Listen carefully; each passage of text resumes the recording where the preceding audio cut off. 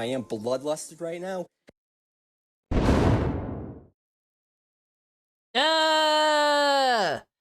Fate Friday. Do people torture me? I put out that poll. You guys were not supposed to vote on Fate because you get Fate anyway on Friday no matter what.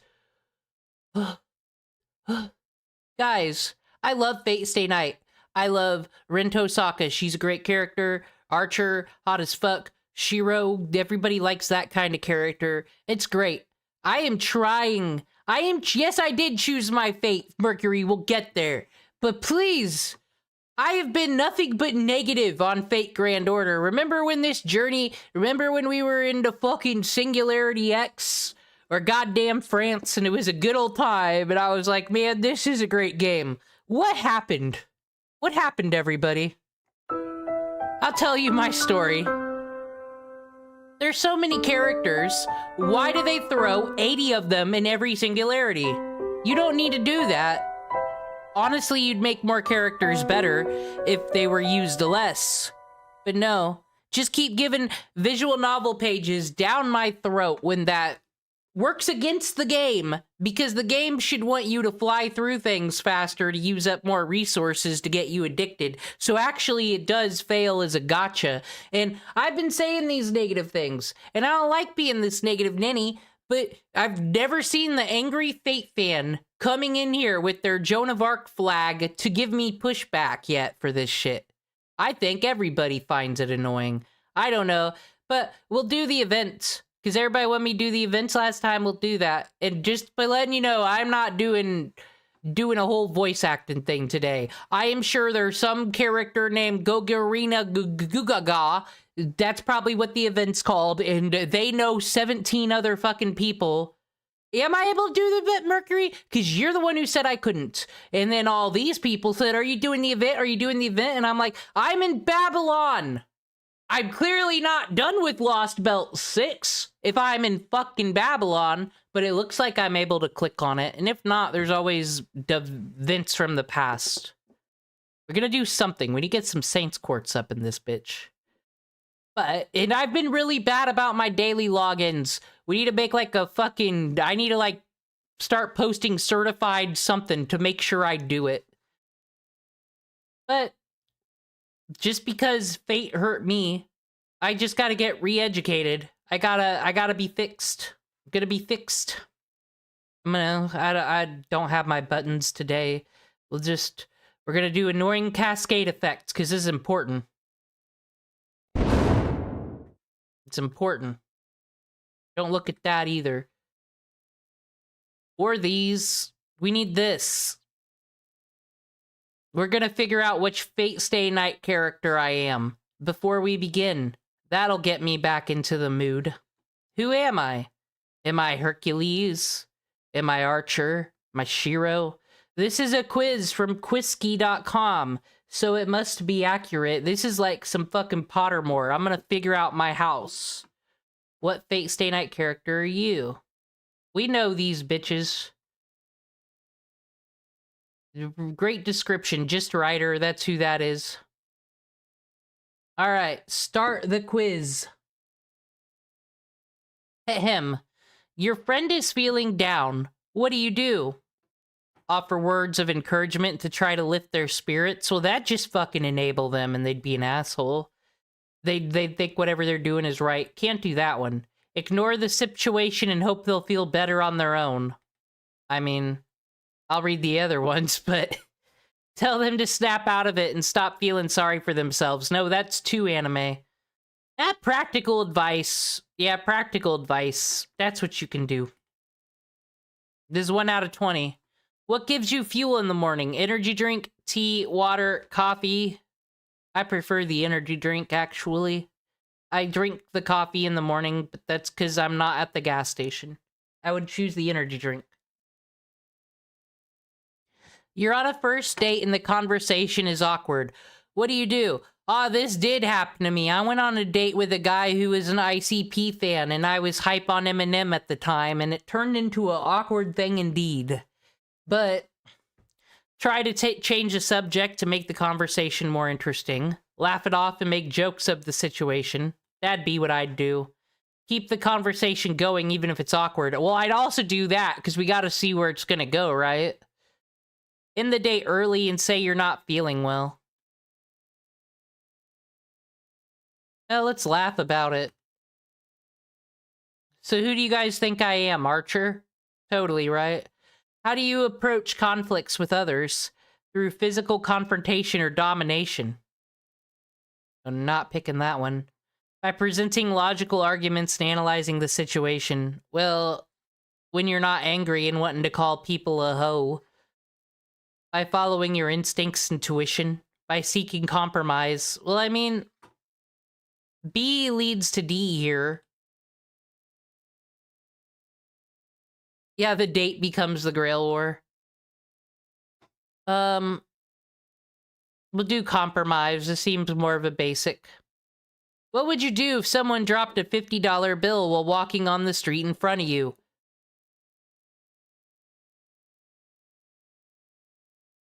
Okay, so stop the person and give it back. Seriously try to find the person, but keep it if you can't. Just leave it. Well, these two are kind of the same. I don't know. What's your living situation? None of your business, chat. But that's it. Okay. What's your ideal way to spend a lazy day? Sleeping in and binge watching TV, yes. Curling up with books, bleh, bleh. Taking a long bubble bath and listening to music. Cooking gourmet meal and inviting friends over. Well, we're not Shiro fucking Emiya. No. Must be great to be friends with everybody who can just cook these fucking 5-star Japanese meals and have a good old time as everyone's dying. Sleeping and binge watching TV, of course. Which social media platform do you prefer? Instagram, I've never used Instagram, really. Twitter, I use Twitter today. Quick updates and opinions for sure. Hate TikTok. I didn't know that LinkedIn was social media, so Twitter.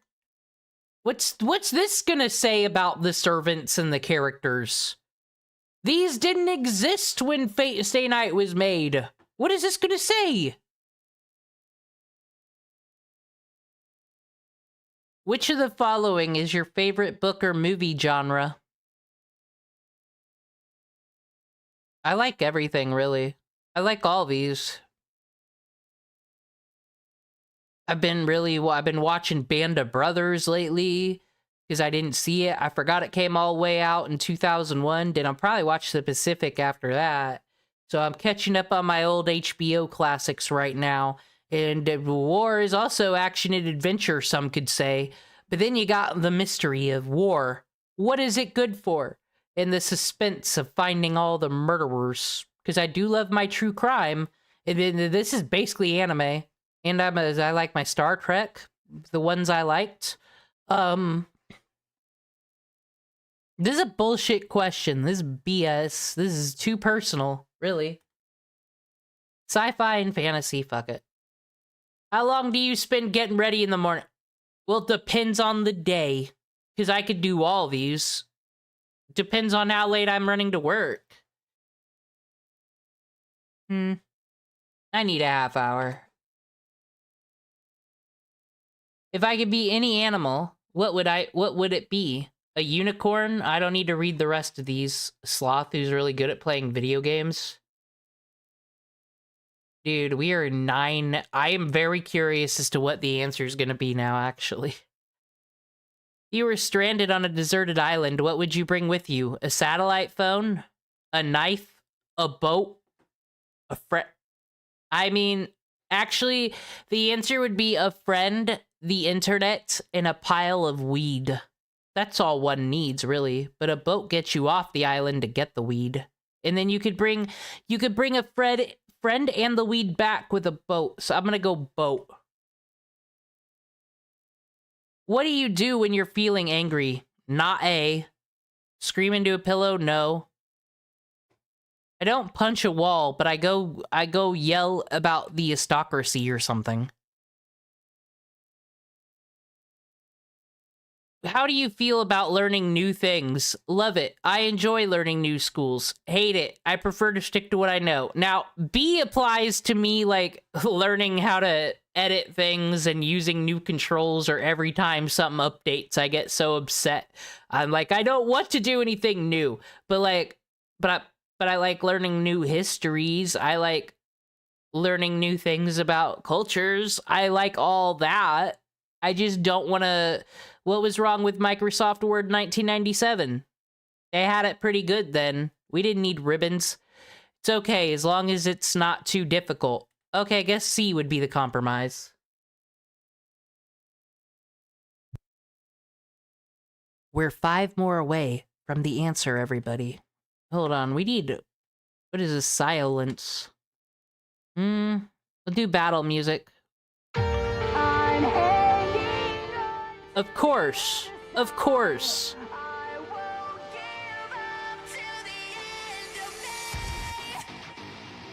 Always Sonic. What's the first thing you do in the morning? Take a shower? Meditate? Let's be real. It's the first thing everyone does, right? How do you feel about traveling? Love it. I enjoy experiencing new cultures and seeing new places.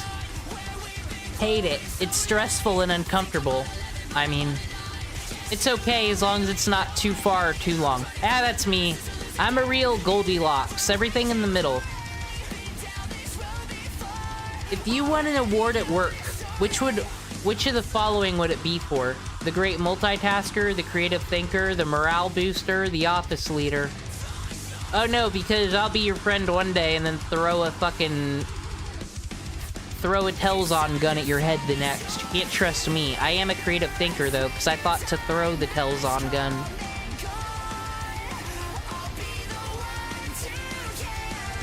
How do you feel about public displays of affection? Oh! I guess Goldilocks again. I actually am not into PDA. I guess they got me in high school. When they would give us high school orientation and say, don't do this stuff in the hallway, it's evil and tacky and gaudy. I guess they got me. I fell to the peer pressure of the school system, and I am against PDA now. Which superpower would you choose? Super strength and invincibility? Well, this one. Teleportation to travel instantly anywhere. You've already, like, that anybody would hire you. Mind reading to know others are thinking. Well, if you could turn it on and off. I wouldn't want to have that true blood fucking Edward from Twilight bullshit. Invisibility to sneak around undetected, but can you steal stuff? You could also steal stuff with teleporting. You gotta go teleporting if you want to steal stuff. You're driving and a semi-truck going full speed misses you by an inch. How do you feel? Totally freaked out. Meh, it didn't hit me, so it doesn't matter. Slightly, I'd be freaked out. Alright, that was question 20. This question about how you feel after a truck almost hit you is gonna decide what Fate Stay Night character we are. Who's it gonna be? Am I Rin Tosaka? Probably not. She's 100% maximum no chill. She doesn't have time for this Goldilocks shit. I don't know. Next. Here it is. Ah! Guys! I knew it! In my heart of hearts. I keep defending her. Anyone I talk about Fate, they gotta go after, they fucking hate her dub voice actress, hate her subtitle fucking voice actress, hate the existence of her, try to step to me and tell me that Hermione Granger is better than Rin Tosaka. Are you kidding me? No, because all Hermione did was complain. It didn't learn that she has to get shit done on her own without them boys around. Rin already knew this. She don't need no people telling her what to do, including her own fucking servant. That's great. Of course it's Rin. You got Rin Tosaka. You are a confident and independent individual who values intelligence and strategy. You have a sharp wit and are always looking for ways to outsmart your opponents. You are ambitious and driven, but also have a caring side that you only show to those closest to you. Yeah. I made one for the quizzes and the astrologies and the whatnots, but I say that seems about right. I'll take it. Well, I guess my buttons do work. That was just a fun little activity to start us off. We'll do Fate Grand Order event. I already got my specials for the day. Special little treaty treats. We'll do Fate music today. It's an event.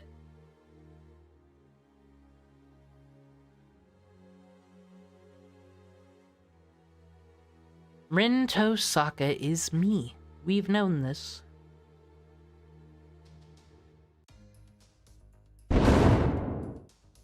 Oh yeah, there we go. In studio now, folks. We don't need Scooty here. He's not here.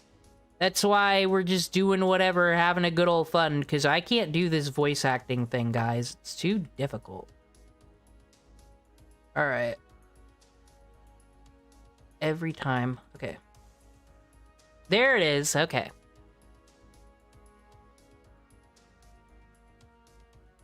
I've just got some dumb little tech things going on here.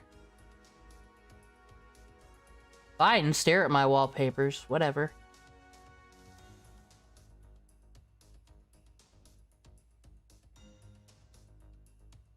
Anyway. It's the Super Goryu Kaku. That's what the event's called. This is the prologue. I'm gonna make this go away.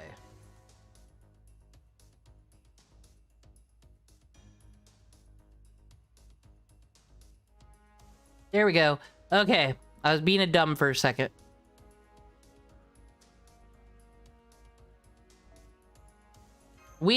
I have no time for whatever story this is. No time at all. Good morning, Fuyan. We're here for the main event. Did you know that I'm Rinto Saka, according to a quiz I took on the internet? I am the smartest... Oh my god, there's animations! If they can do that here, we could do that on RPG Maker, folks. Oh, and blood spray? My god, Fate Grand Order is putting up the budget. This is Nobunaga. He, I guess, created the country of Japan or something. I don't know. They think he's cool. I think he's like their Christopher Columbus, where it's actually problematic to like him. But I got a hot take. I think all people in the past did bad things, so then that puts them all on equal playing field. Who's this person with white hair? Who's this guy with a shadow mask? Someone called someone a cretin, Fuyan. Someone's feelings got hurt. What is this vampire shit I'm looking at? Then this guy with this fucking... Hassan Piker wouldn't approve of any of this. We spit on this imperialist Japan, whatever that means. I don't know. But it's the Gouda Gouda. Deadlier than M51. Am I getting... Japan's not pulling no, like, Bahrain MK Ultra stuff on me, are they? Yeah, Senpai signal disappeared from this fucking conversation, MASH. You take that.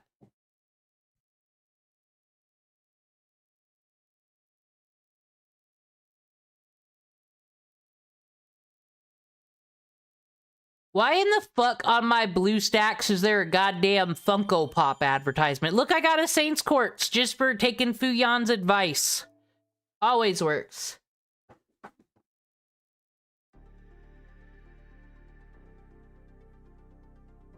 I usually always like the music in all the events, though. This is pretty fun. Oh, we completed a quest, too. We're starting high today, folks, and you know what I mean by high. Ah, craft essence. Oh, yeah. You'll form your party before the battle begins. Ooh, we're sticking with our Babylonia hoes. Whatever teams I have made there.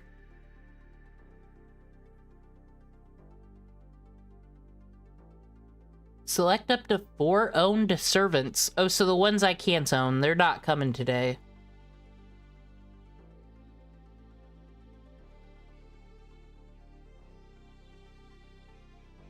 I'll use Overtrack's Nobunaga.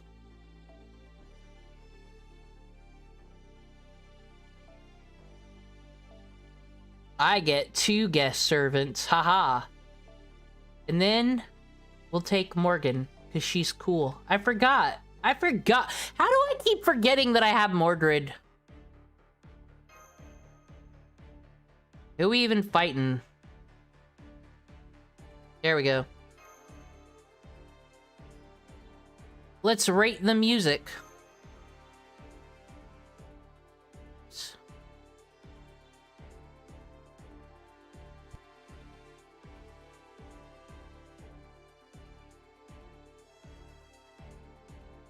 Overtracked indeed. I think I've used his support servants the most. I don't even know who that is. Is that one of you?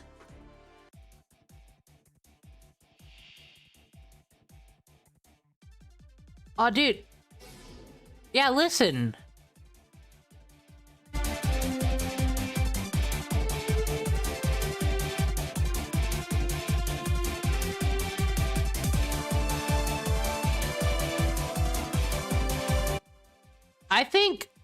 I think on all these, like, phone games, they just, like, get, like, independent contractors. Like, we're making this, make a song for it, and I think they all go balls to the wall. I think that's what happens with Yu-Gi-Oh! And Fate Grand Order. I dig it. I dig it a lot. Oh, we're fighting peoples.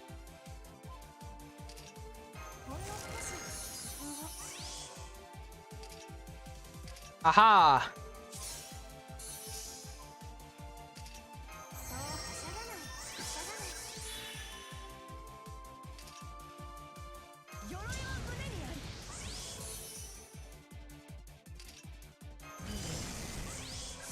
I'm just clicking the buttons, you know how we be.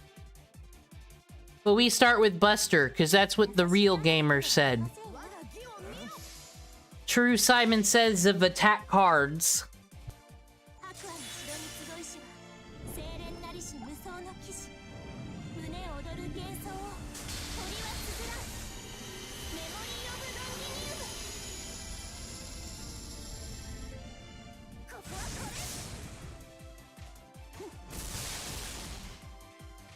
Hey Morgan, what the fuck is this shit? You might be invincible, but that wasn't to kill.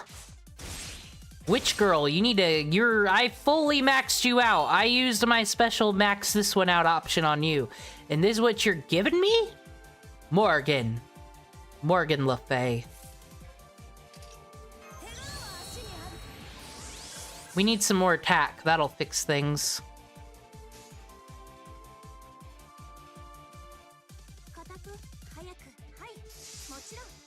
And our crit should be up thanks to that event, so I better see... Oh, no crit on that! Still dead, but cool. Guys, I'm gonna get a craft essence for me! For me!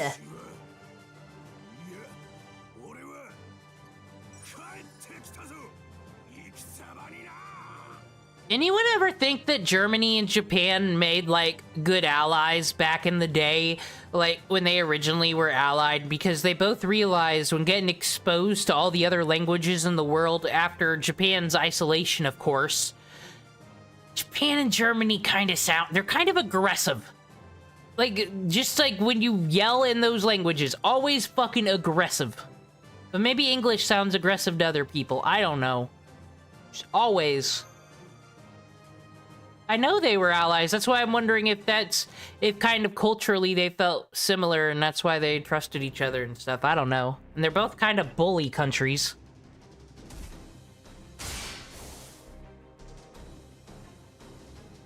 If the countries were people, Japan and Germany are fucking stealing lunch money.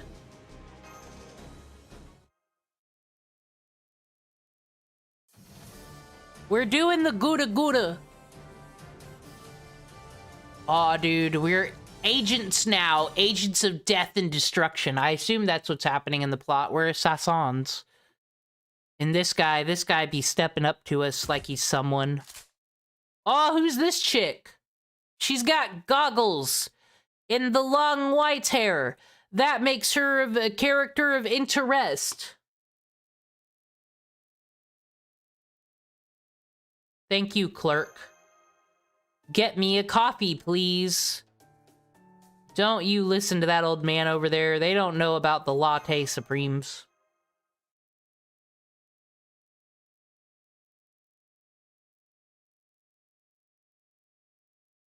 Should just make a video. What you need to know for the Gouda Gouda event, and it's just me starting up a cutscene skip. That's what you need to know. The end. Dude, is that Ryder with biker pants?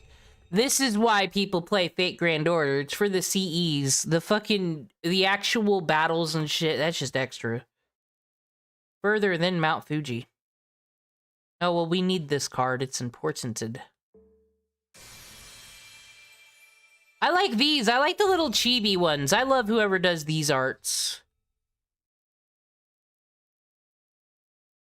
It does nothing, of course. I'm gonna keep it, because cute. I'm gonna keep it forever. You take that, Fate. Put it on lock.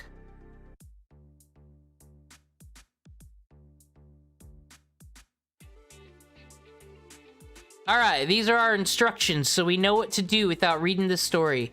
We clear the events, and we get mad. We get enraged. Angry! And then we'll cry like Karens, and they'll give us stuff. That's how battles work in Fate Grand Order.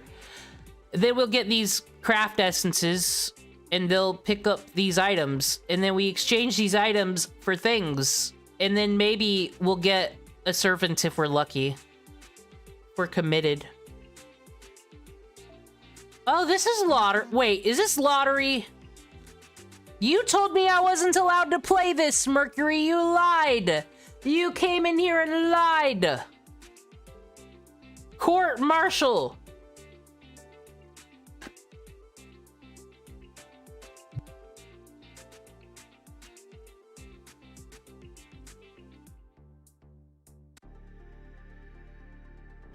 Oki Hazama. That's what it's called. Do I got questies? Oh, I'm not gonna be able to do Christmas. Can we do last year's Christmas? They always let us do last year's, right? You've escaped another court-martial, Mercury. You thank Fuyan for saving your life yet again. As per usual with you. Trouble starting user. I gotta get raged. Who fuck has time for bronze apples? We wanna beat up magic people and burn them for being witchcrafters. And that means I love using, what's her face? The Irish chick. You know, the one with the glove, and she's Kukulane's real master before Kirei Kotomine did a 5-finger discount, like literally. Oh no, that was Archibald's wife got 5-finger discounted. I can do the lotto this year. Court martial back on.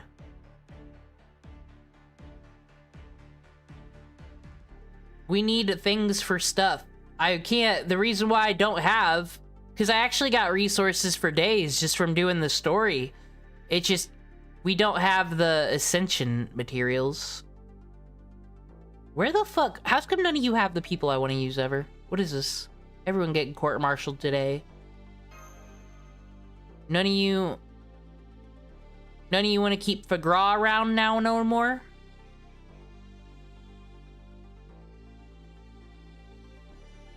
No, you're not saved. You are getting punished for something. I just gotta level the charges, but unfortunately... That's the splash attack of procrastination. That's how you keep surviving.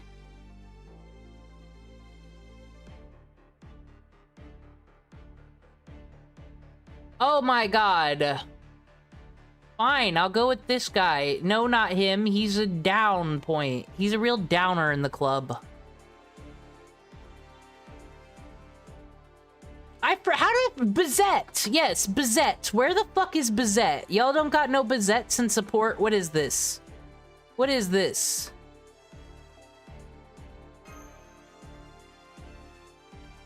Despicable. Fuyan, I see your ska right there. I got one of those too. Tiamat for Demon Cringe. This isn't Tiamat. Fucking switching things out. Where's your Bazette, Fuyan? What the fuck is this? I guess... Then this is the Pond Hopper fucking is offering a Tiamat, but not without it, but without a CE. Disgusting. Everyone's immoral today. Okay, Fuyan's got us. When did everyone turn on Bizette? She used to be everywhere. Y'all sold your souls out to fucking Nero. But that could be because I think they put clothes on Nero finally. So everyone was more comfortable using her. Brian has an MP2 Tiamat. Oh, these aren't my friends. Well, it's Snake Eyes 14. White Cat. And then mysterious ... asterisk. What are you hiding? Should I add you as my friend to figure out what you're hiding? Asterisk. We ain't even gonna talk about the Huz over here. Trying to think their servant's better than Fuyan's. It's not.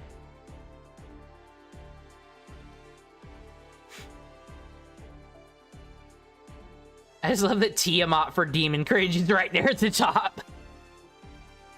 What did we even need her for?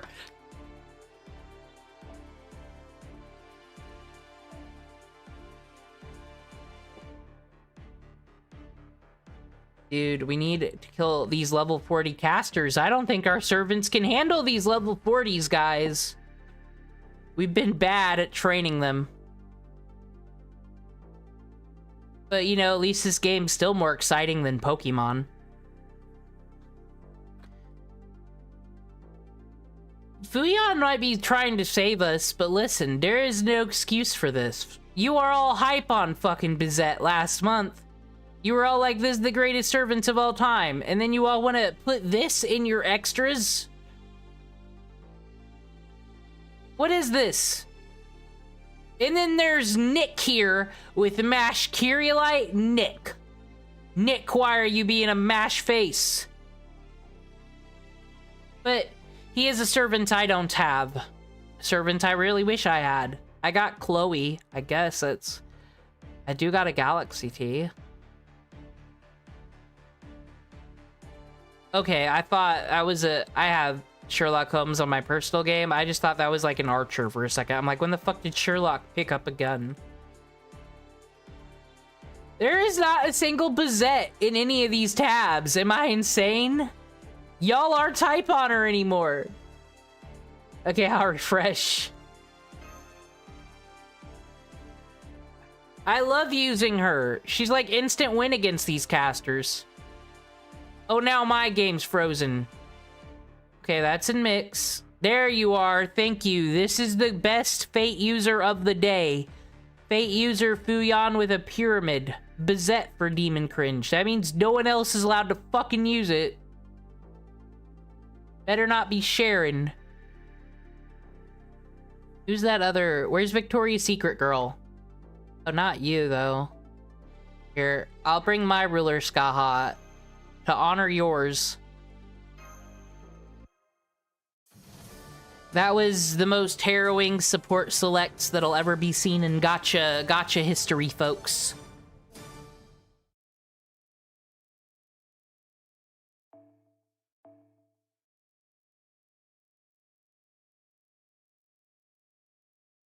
Everyone excited for Christmas? For capitalism? For cookies? For Home Alone? For Gremlins? There, the fuck? What is this buff robot made? This Tsukihime over here? Yeah, do that, please. Thank you. What else can you do? You can gain C-stars, that's cool. But you can also only attack one person, so... Special attack caster, fuck the law.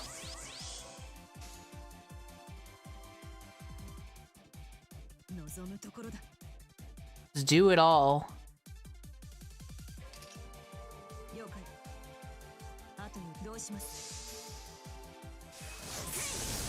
Total.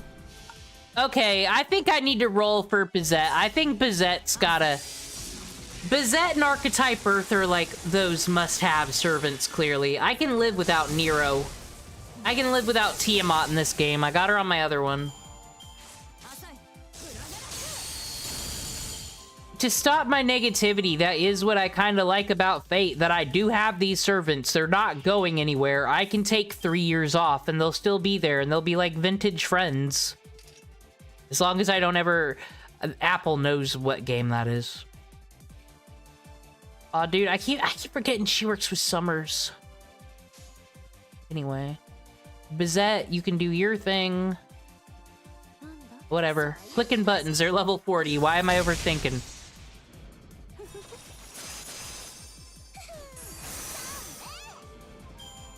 Is the rage points building? Are they building high?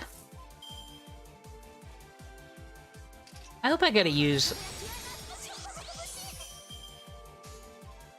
Maybe in summer, we'll have a good collection of summer servants. I do have a few on here. We got a lot last summer. We got everybody except Bunny Castoria, if I recall. Everyone except. Maybe, like, missed out on a couple 4 stars. Oh, it's the Queen of Sheba.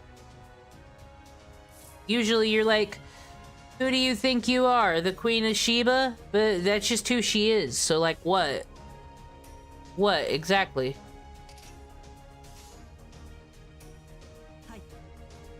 It's just, should we go all out? Total devastation.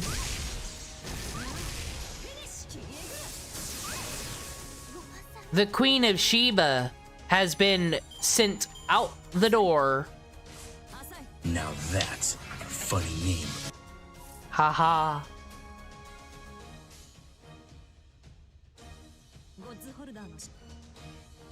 Well.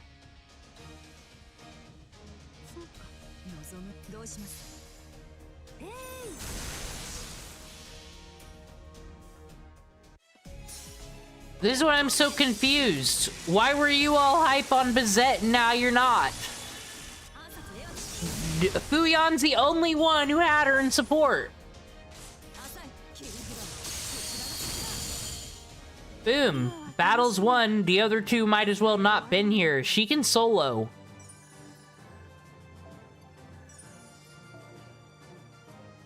Look at all these drone pieces and candies and rage. And I got an apple. I don't know what these things mean.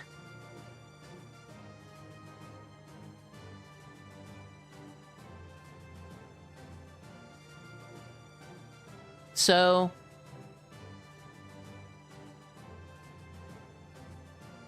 I'm gonna get my instructions here, see what our deal is. We probably gotta clear all this, so it'll be like, you got all the rage points, here's the next event. So whatever, we'll just get berserkers and just beat all these people up.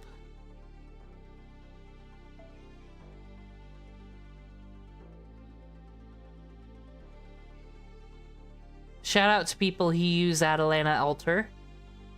You're the real heroes. I don't want to use this, who I want this time. Let's just berserker them.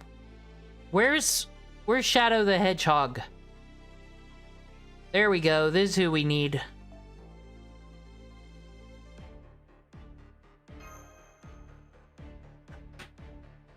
Dragon Girl Devastation. We know what sea stars are. We ain't no rookies, but did you guys know that you should put Buster first? I learned that a few months ago.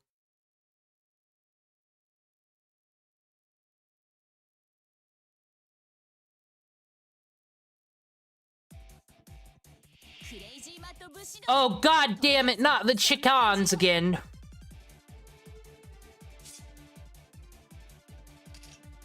Dragon allies, that's all of us, girls. No, actually, not at all. Increase in P-Gain. We can turn in P-Gain into Buster.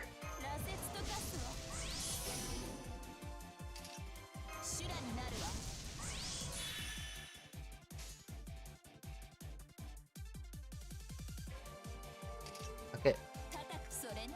See what this does for NP gauge, actually.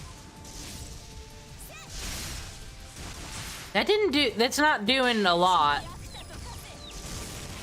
Especially when ending with arts. Maybe we should have started with arts and did 2 busters.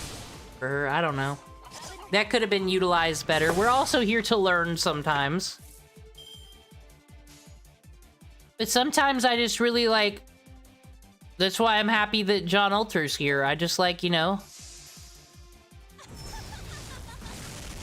watching the people I rolled devastate chickens and fish. That's why we play Fate Grand Order. I'm in a great mood.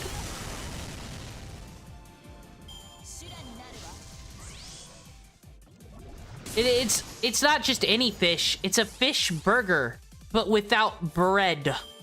The ultimate.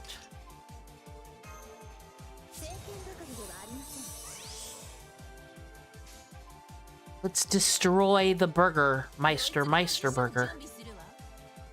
We got to. We gotta clear out that 8,000 HP. It's so important to me. Oh, 3-headed dragon, devour the black world. That's what we're here for.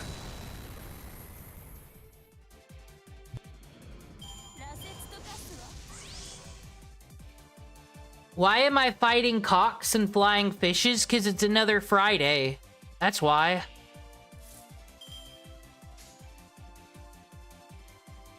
Everybody loves Fate Friday.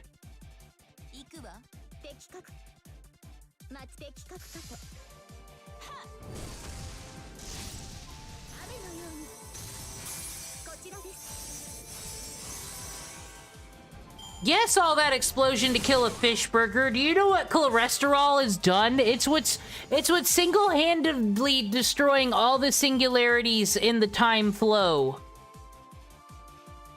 Yes. Cholesterol is not a joke here in Fate.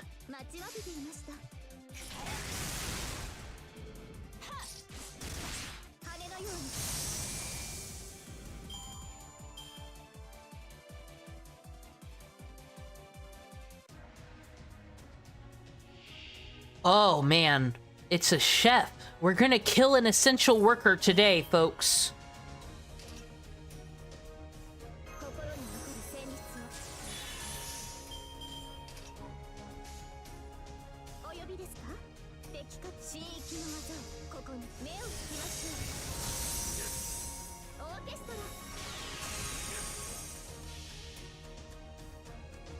Remember when we should have got this servant because we had 300 Saints Quartz and we played all the Sonic music we could play?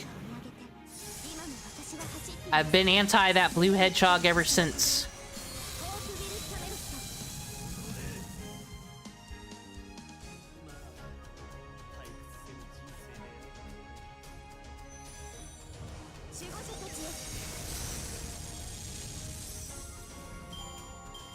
Oh no!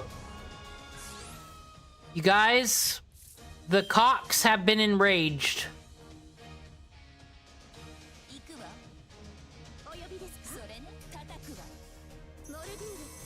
It's raising canes.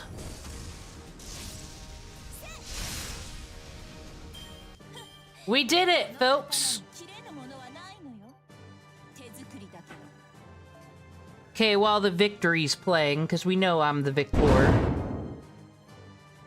Since I'm gonna be doing a lot of battling chickens and cocks, oh, I got another one of them cute things. We gotta do some drama, but this is Fate Friday, so not... If you clicked on this video... Did you guys know that user Gigguk has ruined Fate?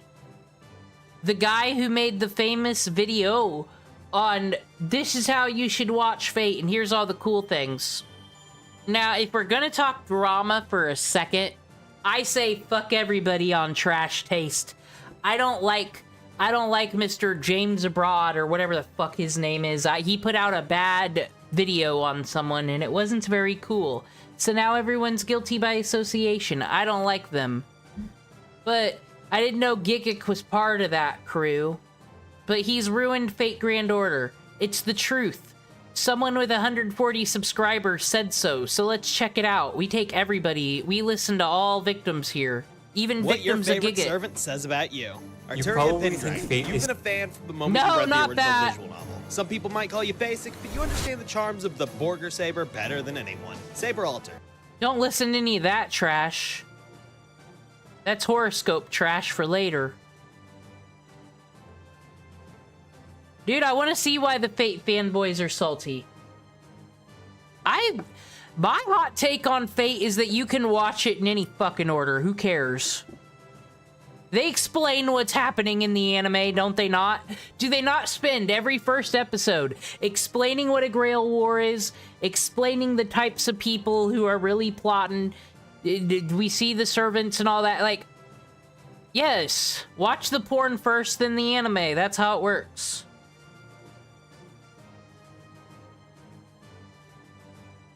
But we're gonna see. Maybe this will be cringe. I don't know. I didn't pre-watch it. But just because a person has 140 subscribers, I sit out here with my 378 or whatever I got, doesn't mean nothing. They could tell us the truth. Remember when we learned about the Epic of Gilgamesh last stream? We found out the truth. There could be more truths out there. super complicated, but Fate is not complicated. It's been memed to oblivion by tons of YouTubers and content creators, content farming the OMG, Fate is so long and confusing. Guys, why is it...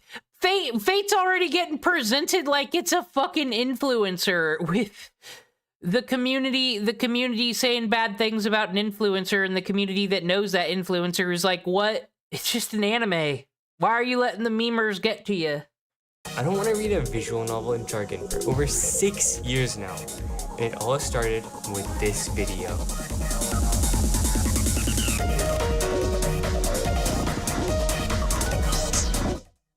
In Fate, there are these Ankh mages who made this fucked up war called the Holy Grail War, where mages summon and use legends from history as weapons to obtain the Holy Grail. See, if you know that, what the fuck season it matter? What does it matter what season you come in? You can start at Apocrypha for all it matters. The only problem... Okay, here's an issue, though. With watching, if you're good, I think you can watch Zero and then watch Heaven's Feel. The issue is if you watch Zero before Unlimited Blade Works, or that, like, all the Sakura stuff is spoiled for you, but who cares? I never cared. I always figured there was something going on there. It didn't take me long to be spoiled on that. The Holy Grail is basically a device that can grant any wish. Not really, though. Okay, back to the main topic. Tourists love to argue that Fate is a mess, but it's just blown out of proportion. Sure, there's... Oh my god! Is there gatekeeping in the anime community? Are you guys calling people tourists?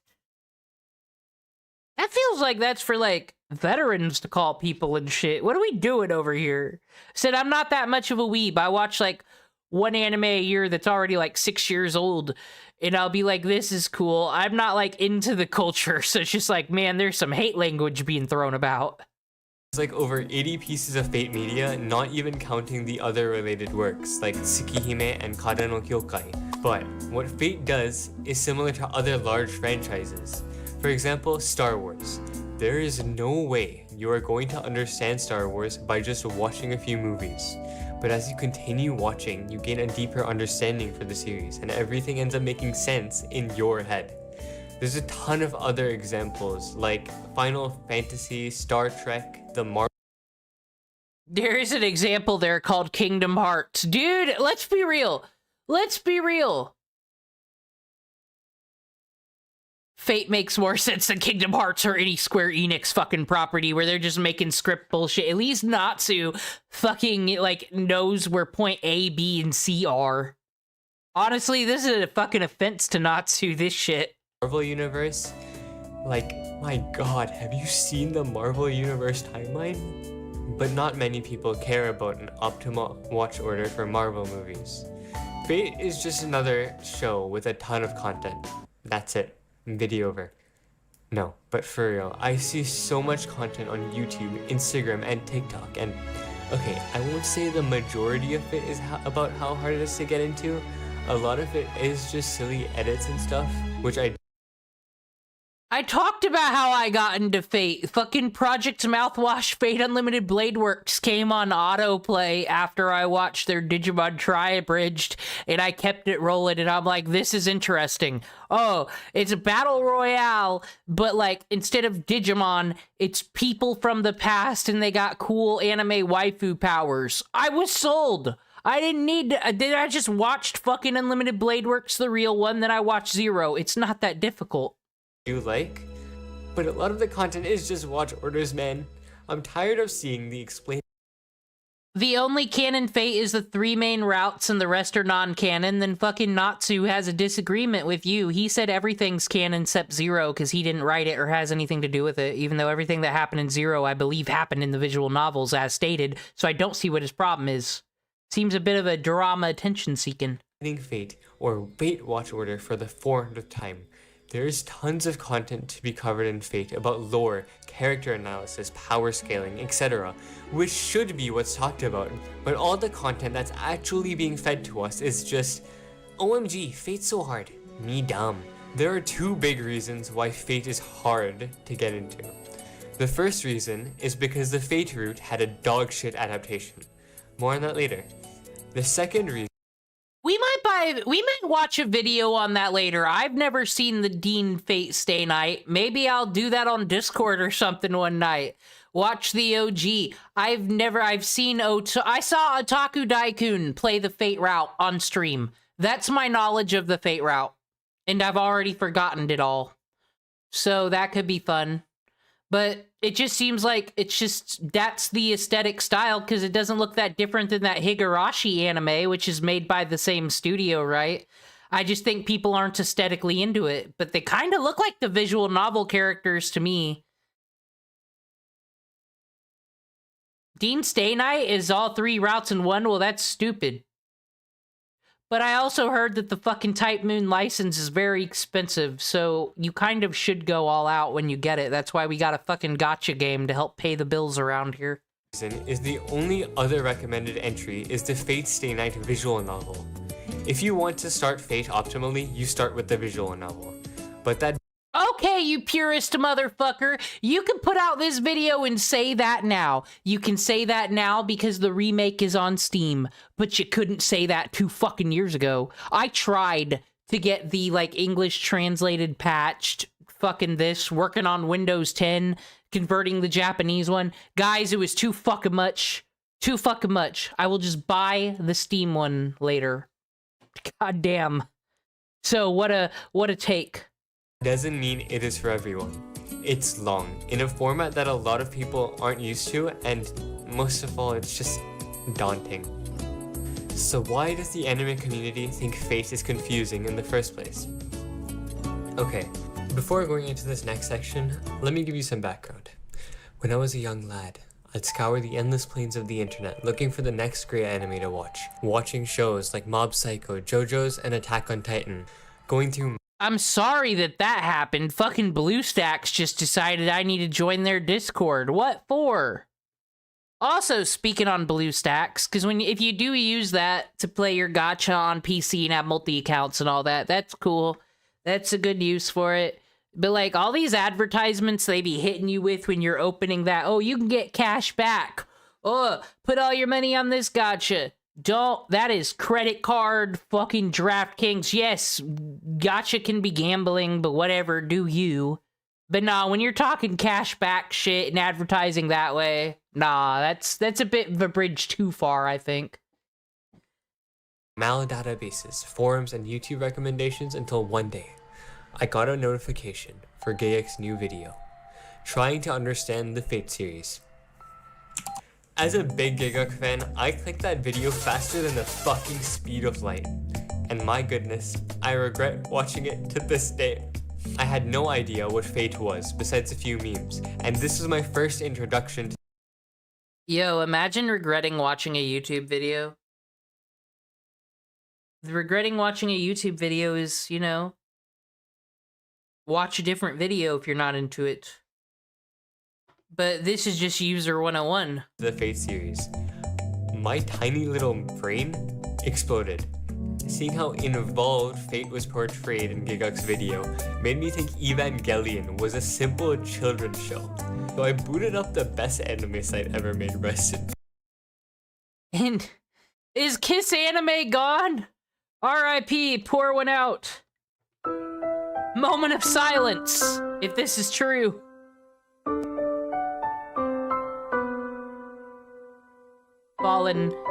Fallen empire. It's what made all of us so cultured.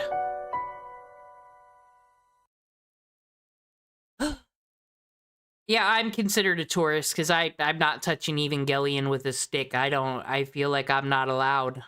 Peace, God bless you. And watched Fate Zero. I watched like 8 episodes and then dropped it because I had absolutely no idea what was going on. That's a you problem, dude. That's a you problem. I'm sorry, now I gotta be the fucking one on the soapbox here. In the first episode, they say what the stakes are. They make the fucking Kuritsugu is working for the Einsburns. And we get more information as we go. We learn a lot of things from Waver's point of view on the whole Mage Association stuff. We've got fucking serial kill. Like, it's all set up. What do you know? You know is like fucking they tell you. Then my mind was set in stone. Fate is just too hard for me. The video that Gaunt made explains Fate in the most convoluted manner possible. Of course, the video is meant to be a joke, and I knew that, but I think subconsciously your brain starts associating stuff from videos you see. That was not the only video that was published about how... Once again, maybe I'm privileged. Project Mouthwash Abridged fucking laid it out for me, and I got the vibe, and that was my first exposure to it. Complex Fate was. Tons of YouTubers hopped on Gigguk's clickbait train to get hella views, but it caused a domino effect, making the general consensus of the anime community the very same: Fate is complicated, ruining Fate for new fans. So now, new fans go to Reddit, Discord, and other communities to look for the best watch order instead of actually watching the fucking show. I too was a victim to this. Fast forward like 5 years, I was reintroduced to Fate by my friend through the Dean adaptation, and I was hooked. Yes, you heard that right. The Dean adaptation. The Magic Association, magic system, heroic spirits, noble phantasms, historical aspect, and oh my god, the world building. I've never seen the Dean, and I figured it out somehow. You see, we'll go through this again, guys. So there's this thing called the Root, and it's the fucking live stream from Final Fantasy VII, and you learn magic if you go there.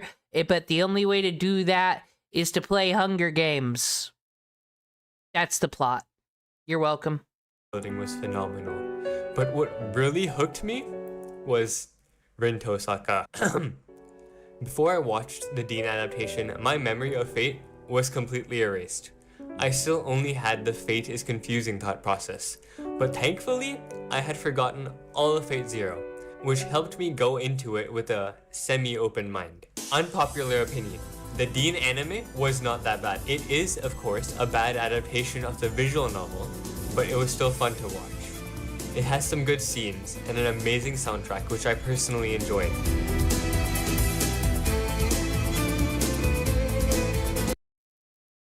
Wait a minute, but hot take, guys. The soundtrack in the animes are the same as the soundtrack in the visual novel, just a bit more orchestrated or changed to whatever style. Am I wrong on this? I thought purist boy over here was telling us we had to play the visual novel. Now you're giving the Dean soundtrack? Well, biased reporting. I was pretty scared of watching it though, because people were complaining about how bad it was, which is like, no. I have just finished the Fate route in the Fate Stay Night visual novel. And even though I haven't finished all 3 routes, it's still an incredible experience. As someone who has never tried a visual novel before and has always kind of been averse to playing them, it was really fun playing through it. Reading an amazing story, listening to an awesome soundtrack, and most of I think I'm gonna get it. We'll start maybe after Babylon. Maybe when we clear the first singularity, we'll play Fate Stay Night. Then finally get through it. all, seeing more depth in all the characters is what really sold me on visual novels. I'm not, even though I heard Tsukihime ain't nothing but an incest rape porn, I can't go off what people said. I don't care that someone ruined whatever that is. I'll check that out too, maybe. It's a Natsu-verse. I completely understand why people say to just read the visual novel now. Fate Stay Night is quite literally perfect. Slowly getting to know the characters throughout the 3 routes builds an attachment to them you never would have expected to have. I went into the Fate Stay Night visual novel with the mindset of, I've already watched the anime, how different could it be? Then I got to the final day of the Fate route, and then cried. By the Aw, he got his waifu, so it's okay now, guys. It's great times. way, if you think this is a hate video, it's not. I love Garnt. Bro is one of my favorite YouTubers and my inspiration for making this YouTube channel. So, this is just a rant. Don't hate on Garnt. He's amazing. Okay, video actually done this time. Fate isn't complicated, and go watch or read Fate. Goodbye.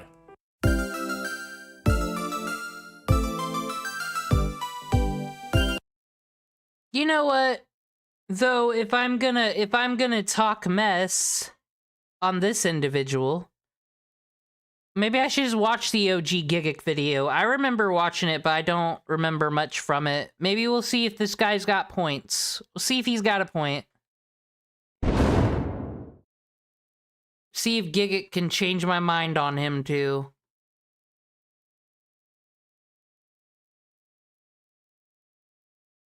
Didn't he put out multiple Fate videos?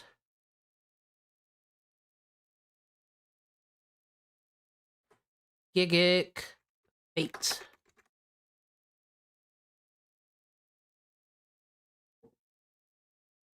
Okay, there's the trying to understand and then badly explaining. Well, I think trying to understand's the one that this guy's... His video's from 7 years ago, though. There's his highlights on Trash Taste. I don't care about that.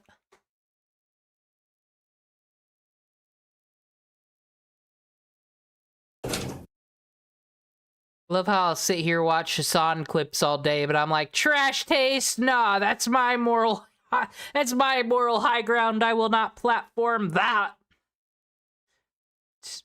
Doesn't matter. Before he was the little sister incest guy, when did he get promoted to that? But, oh, is he the one on Trash Taste that has that defended Lolly or something? Because there's various people on there.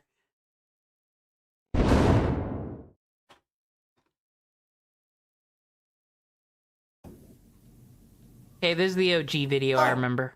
Can I help you? Hi, yeah, I was interested in the Fate franchise, and I heard I could come here for more information. Oh, well, come on in! Make yourself at home! Look, we're always looking for new fans to join our cause, so we're here to make things as easy as possible. You can... I'll put the allegedly one on that, though, because I heard it from Nux Taku, and just because 80% of what Nux Taku is real in something, he isn't exactly a person that puts evidence on the screen, so that was charges he levied. Ask me any question. Okay, so where do I start? Except that question. Is there not a beginning? Do you want the long version or the short version? The short version. So in the beginning there was Fate Stay Night, which is a visual novel with 3 different routes. Fate, Unlimited Blade Works, and Heaven's Feel, which needs to be played out in that exact order. Now the Fate route has been adapted once by Studio Dean in 2006 as an anime series. Unlimited Blade Works has been adapted twice, once by Studio Dean as a movie, and once by Ufotable. Yeah, I was thinking maybe watching the Unlimited Blade Works from Studio Dean movie would be fun. That could be interesting. As a full series, who are also adapting Heaven's Feel, but only as a trilogy of movies, only of which one is out at the moment. I thought you were going to give me the short version. This is the short version. So technically speaking, anime-wise, the 2016 adaptation is the beginning and serves as a good introduction to the world. Okay, so why can't I just start with that? Because it's shit. Oh, yeah, in terms of mainline adaptations, only the ones by Ufotable are worth watching, but you can't start with Fate Stay Night Unlimited Blade Works because that spoils Fate Zero. What's Fate Zero? Oh, well, it's just a prequel that takes place before Fate Stay Night and serves as a good introduction to the world of Fate. Alright, so I'll just start. Yeah, the video is a joke, and like, because I think, I mean, he's getting at the point you can just start anywhere. Whatever looks good and vibe you like, I don't know. Because I just said that too about Fate Zero. It spoils Heaven's Feel, really. So I don't know. Spoils a lot of things. With Fate Zero? Well, no, because Fate Zero spoils Fate Stay Night Heaven's Feel. Wait. So, in other words, Fate Stay Night spoils Fate Zero, and Fate Zero spoils Fate Stay Night. Yep, that makes no sense. That's why you should just read the. I always thought that's actually kind of cool if, like, the story is different depending on when you jumped in. Like, let's say you're localizing an anime and you can only localize, like, these OVAs in this season. You never have access to a certain OVA or season. So, like, you could, like, just totally cut out a character or an arc or something, and then it's, like, a surprise when something happens later. And it's like, oh, well, if you watch this version, you saw that coming. Like, that'd be kind of cool, really.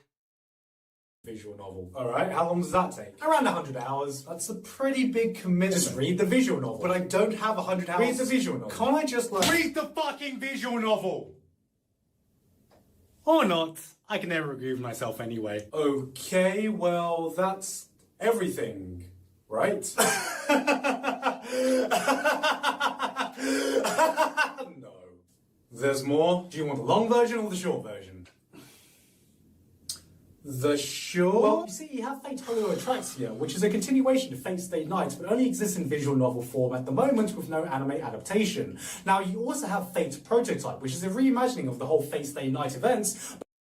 I'm also kind of interested in Fate Prototype, not gonna lie, though. I'm kind of interested in what storylines he was cooking over there.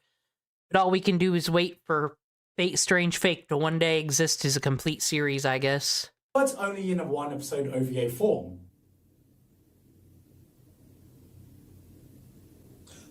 So that's now Fate Apocrypha takes place in a completely alternate universe, and this includes one anime adaptation and one light novel. And of course there's the Fate Extraverse, which is another alternate universe, and this includes 3 games, Fate Extra Triple C, and Fate Extella, and of course they also has one anime adaptation in Fate Extra Last On. I lost my copy of Extella Link. I have the fucking CD it came with, I have this thing that it came with. I got a damn tapestry. I can't find my fucking Switch game. I'm missing it, but I played it for like 10 seconds and didn't like it. But these Fate Extra remakes, that might be interesting because those games look way too dated to go back, and the PSP ones. So, and I kind of dig the plot of Fate Extra. That'll be a fun one. Cool. Okay. So, I'm guessing the only connection with all of these is that blonde chick with the sword. You mean Saber? Yes? Oh no, they're totally different characters. Well, you see, the original Saber is meant to be King Arthur, who in Fate lore is actually a woman. Now, these other Sabers aren't actually King Arthur. They're completely different characters who also happen to be women and also happen to be in the Saber class. Okay, so you're saying that this isn't the original Saber? Nope. And this? That's right. And everyone here? They're different characters and look similar. And these 2 Sabers are also different from each other. No. You see, one's Red Saber and the other one is Saber of Red. Get it? No. It's pretty simple, and they aren't related to the original Saber at all. Only Saber of Red. You mean the Saber that's red or the one that looks like Saber? Yes. You know, I argue this is the fun of being a Fate fan. When you talk to other animes and they like say something, then you can just say some off the wall shit. Be like, yeah, fucking, no, that's not Saber. That is Emperor Nero Claudius of Rome. She had an alliance with the vampires on the moon. Then just bring everything into it. It's always a fun thing to do. I enjoy it. I think Fate gives a lot of improv ability. She's actually the original Saber's son, and Saber, King Arthur, is her dad. Wait a minute, you literally just said that they were all girls. You said it, but how does... Oh, it's basically the same as standard Arthurian legend, except this time King Arthur is given a dick by Merlin, who can then be forced upon by her wife so she can make a baby, and then out pops Mordred as your standard homunculus rape baby. There's no way that's canon. Oh, it's canon. If you want to learn... Uyin, is this true? Is that all canon? You can be the Pope.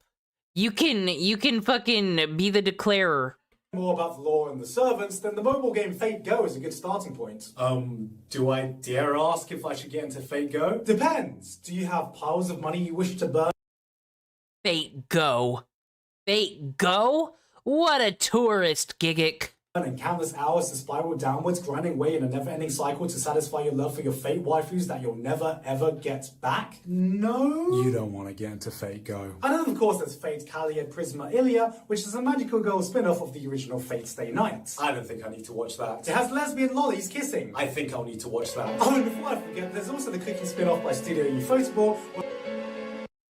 There it was, Fuyin. There was the evidence. He says you gotta watch that, his character. Oh, the lesbian kindergartners. But basically, the cast of Fate Stay Nights cook food and stuff, and all of this is all part of the greater Nasu-verse, which to explain... Alright, stop! Okay? Stop. This is too much. This is a complete clusterfuck. How did this get so out of control? I literally have... I had Scotty on helping me, yeah, Scotty Rich Music helping me. That's the username we used. Used me last time. I mean, I was using him last time to help me with some voice acting because it's a lot of reading, especially in Babylonia. I think I've told him that Merlin gave Artori a dick, but maybe next time. Next time we'll pull up a video and put the lore on it and see what he thinks. Or be like, oh, I don't remember what I was doing with this character. And I'll be like, well, he puts dicks on people. Use that. Leave it to Sakia. Oh, yeah, I was just talking. Matt. Do you know about Merlin putting penises on people? No idea! Okay, so that's... Oh, God.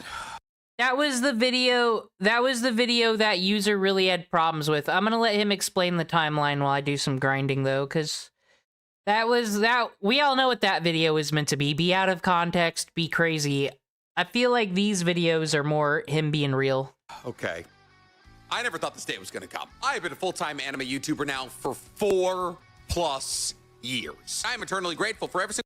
It's still unemployed if you think about it, just the unemployed that pays taxes. One of the days in those 4+ years. But there comes a day in every man's career when he realizes he has to do the one thing he's been putting off for 4+ years. And listen, over the course of those 4+ years, I've made a lot of videos I didn't enjoy. I made a video breaking down every single part of Sasuke I enjoy as a Christmas special like 2 years ago. I did a very minutely detailed breakdown of the entirety of Naruto's timeline and how to consume it chronologically. Maybe I'm just being a hater today, because I do watch anime review content and all that shit. Why does every video today people acted like they've been on the trenches? You'll never know how hard they're into it. They had to defend an anime. They can't stand looking. They have to watch Naruto. These people get forced to watch Naruto. It's not right. They've got it so fucking hard, dude. They wish they could work at McDonald's. But every single time I put out one of those videos, I did it knowing I was putting off the real beast for later. I thought to myself, wow, that video was 1 hour and 20 minutes long. People certainly won't ask for the Fate video anytime soon. But it happened. It's been happening. I've been getting emails. I mean, in the defense of all of you who have been recently emailing me to do a video breaking down how to chronologically consume Fate in its entirety, these kind of things have been... What am I supposed to do? I got 27 rage points and 33 drones. I'm free now. I'm free because I can't get to the next event. Do I have to grind stupid level 40 things? Is that what we gotta do? That's lame. I don't want to do that. Unlock with over 60 rage points. So I gotta fucking just grind against level 40 things? That's gross. Boo. Oh well. Sent to me for years. But I don't know, man. Something about the fact that I'm sitting on a couch in Japan during a powder day halfway across the globe from my office made me decide, you know what? Today's the day. Fate Strange Fake is coming out. Fate is as hot as it's ever been, and people want to know how to get into it. Is it coming out? Is it coming out? Does anyone have any answers? I don't think it's gonna come out. I don't think we're fucking getting it. Bad. Well, I could put my event CE on too. That would be quite helpful. One episode, why? Ufotable can put out whole series and movies, but A1 just can't be fucking bothered, can they? It's just really too hard to actually make good frames that they have to sit down and it's like, man, one episode a year. Like, put it in the fucking movie theaters then. Jesus Christ. Fucking anime people always making it sound like it's so hard to make moving pictures. I don't know why I'm just being a hater today. I want to, because it is good. It's good. The start of it was really good. I wish we could watch more. At least you've seen 4 episodes. I've only seen 2. And so today, we're explaining the entire chronological timeline of Fate. Visual novels, video games, movies, and TV shows included. Yeah, that's right. We're doing the whole Nasuverse. All because in 2004, a horny video game where you could choose between 3 very different women to romance got real popular. People have been telling me to make this video. Okay, wait, I might be a bit confused on this too, Fuyin. Y'all keep saying it's like a 3-route dating sim, but isn't it you have to do the Fate route before Unlimited Blade Works even unlocks? You have to do Unlimited Blade Works before Heaven's Feel's even a thing. That's kind of not very route-ish. It's kind of, there's 3 video games. You gotta play them in order is more what it feels like to me. For years, and I'm doing it now. So with no further ado, let's get directly into how to watch the Fate series in order. But before we get to undertaking this quite literally Herculean request, please, for me, like the video, subscribe to the channel, and hit that noti bell. So today we're gonna start this video in the way that we tend to start these kind of incredibly complicated and difficult videos, by answering the easy questions. So, what is Fate? To many, Fate is just a really complicated anime universe that for some reason has no direct prequels or sequels. There's different universes, you might know a thing or two about Alteria Pendragon, I just gave away free feet. You might even know the terms masters and servants. But Fate is so much. So you're talking about how to sell it, because it's like, no, that'd be wild. You're just fucking hanging out with Sakura and then Heaven's Feel happened when you don't even know what the fuck's going on. Like, that'd be very confusing. Much more than that. But becoming so much more than that took a lot of time. In fact, Type Moon, the originally video game company that owns all of the Fate IP, was founded in 2003. And therefore, Fate is a lot more than just animes and movies. In fact, before Fate even had anime or movies, it was just a game. And before it was a game, it was a visual novel. See, this entire Fate thing started in 2004 when a company called Type Moon released a visual novel called Fate Stay Night. Now, this visual novel was later adapted into a game by a company called Type Moon, a company run by 2 very important people, Hinoku Nasu and Takashi Takauchi. By the way, I apologize already, I'm kind of using misnomers here. A visual novel is basically just a video game. Like, there now exists tons of video games, like actual video games in the Nasu-verse. Well, it's like, I put it and Danganronpa a bit of a tier above the rest, because like everything else everyone considers a visual novel, it really is just reading and stuff happens and you don't have that many choices. It's like maybe I've just played the good ones, because then if I do play one where like we are just reading forever, I do get a bit disappointed. I mean, you read a lot in Fate Stay Night, but we got pretties on the screen, we got choices. But this first one, this visual novel, is something that's actually pretty unique to Japan, at least from this era, where it's like a story-based video game that you don't interact with that much, but your decisions choose what line you go down. Anyways, back to Nasu and Takauchi. Nasu was the creator of the story of Fate Stay Night, while Takauchi was in charge of the art. And to this day, 21 years later, after 2004, these same two people are in charge of these same roles. Bro, what if they just like had a fucking fight and it was over? Nah, Japanese writing a fucking art duo seem to stick together way fucking easier. Way easier because it's all about business than fucking us people. Someone can make one wrong comic and your whole franchise is over if you built it with someone. Wrong comments, not comic, but that could happen too. Why does he look like Mizkif in this video? Which is why when sometimes you hear people talking about the umbrella of the Fate universe, they're referred to it as the Nasu-verse. Because Nasu is, in a sense, the mangaka, or the author of Fate. You also might hear the Fate universe referred to as the Type Moon universe. And it's because the entirety of the umbrella of Fate falls under the holdings of Type Moon. Now, Fate Stay Night never got an English release. It is only played Hinaku Natsu, give me a job. I will write these event stories for you all day. I will give justification for why 2 summer Victoria's Secret writer girls with fox ears should be here. I'll give you a good reason.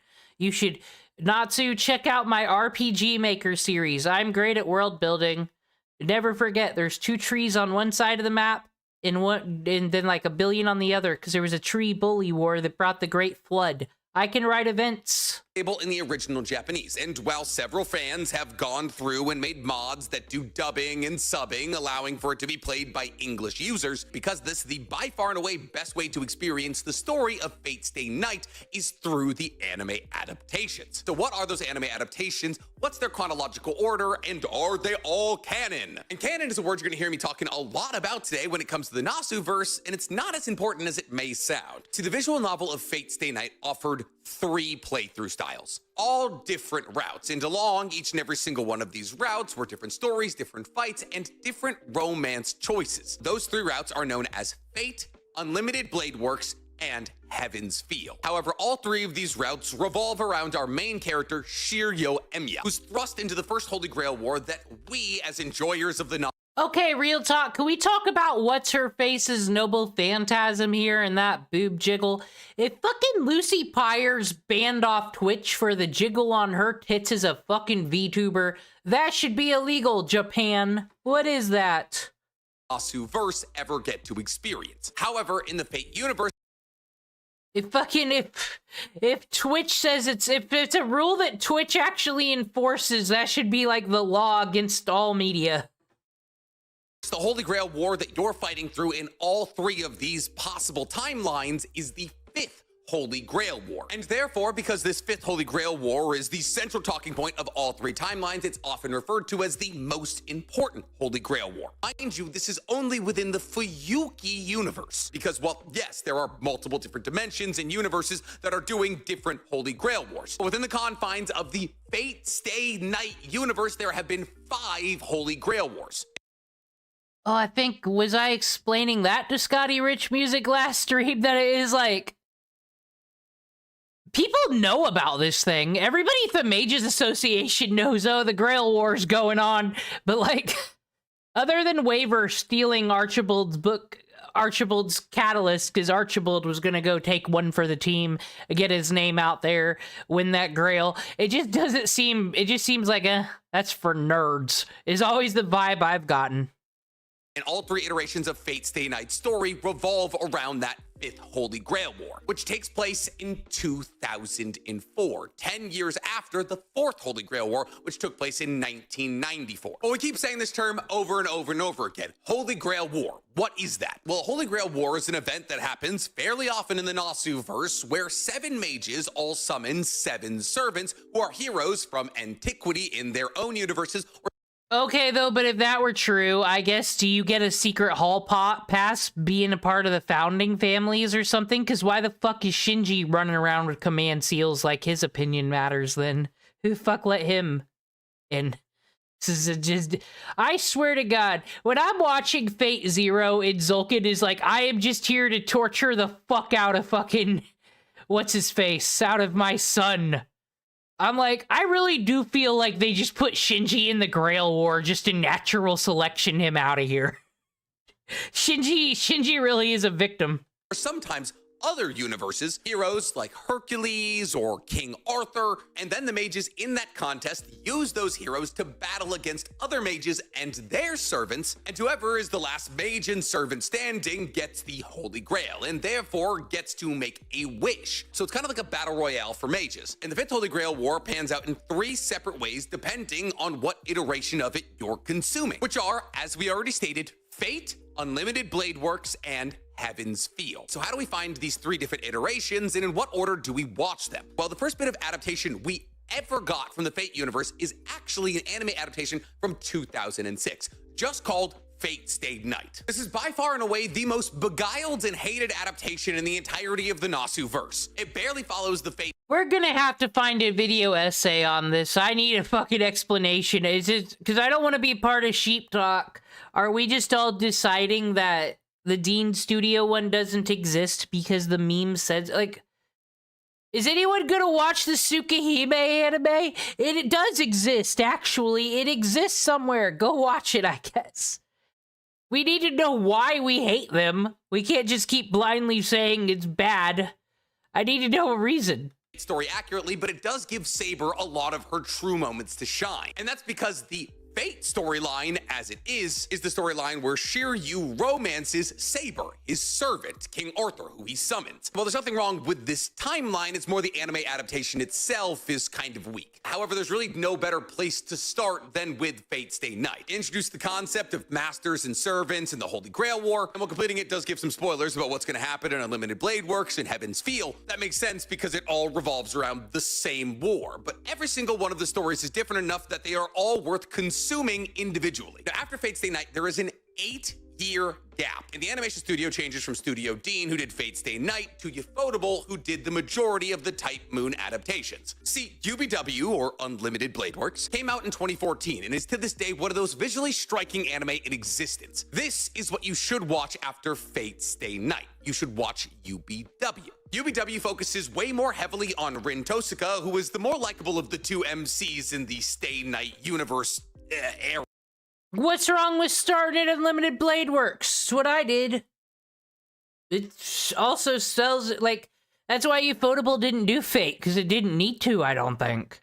Ufotable is the competition here. Ufotable doesn't seem to want you to burn Dean either, because they didn't do the Fate route. Probably because it's already exists as far as they're concerned. That and, like, Archer, you know? As both her and Shiryu race to try and win the Holy Grail. UBW is 25 episodes long and spans over 2 seasons. It is one of my favorite pieces of Fate, and if you're gonna watch anything, I'd recommend watching this. Now, there is technically a UBW movie that covers all the things that the anime does, but it's abbreviated and doesn't have nearly the same amount of charm as the anime, so watch the anime. Now, after UBW, we've officially covered the Fate playthrough and the UBW playthrough, which only leaves Heaven's Feel. Now, Heaven's Feel is a trilogy of movies. In order, Presage Flower, Lost Butterfly, and Spring Song. And instead of focusing on Rin Tosaka in this playthrough... Bro, Heaven's Feel, once again, A+++++++. It was kind of a hard watch, because, you know, it is emotional and goes on a lot of things. But I'm gonna say it. Best animation, best anime. I haven't been exposed to much. I'm putting a race to, like, second after Heaven's Feel. Because I think that's some great animation, too, over there. It actually focuses on Sakura Mato, who becomes the real main character, kind of like Rin, and also the love interest. Now, the third movie for Heaven's Feel didn't come out until 2020, just 5 years ago. And Spring Song, the third and final movie in this trilogy, offers some of the flashiest and crazy, most visually striking fights I've ever seen animated. On top of this, Heaven's Feel is the most unique timeline out of the three. See, because while the Masters and the Servants and the majority of the key players in all three timelines are the same, and there's a fairly good amount of overlap between Fate Stay Night and Fate Stay Night Unlimited Blade Works, Heaven's Feel, at least after the first movie, feels like its own individual universe, and therefore is incredibly worth the watch even though you just watched UBW, because the story is so vastly different. Now, after you've finished the trilogy of the Fate Stay Night series, ironically, I would also really like to attach that CE that I unlocked. There it is. Okay. I cannot believe I forgot that it's Biker Rider. Fucking keep that one forever. Gain 1 C-star. I'll take it. Oh, I get an Igawaki. I get an Igawaki.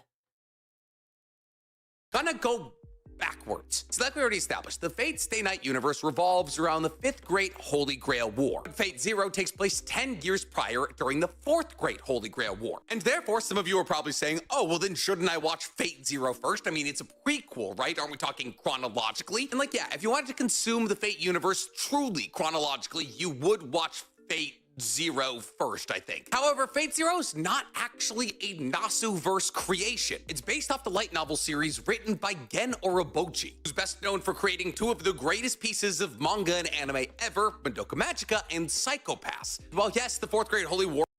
I didn't even know that. Now I kind of want to watch Madoka Magica. Is that good?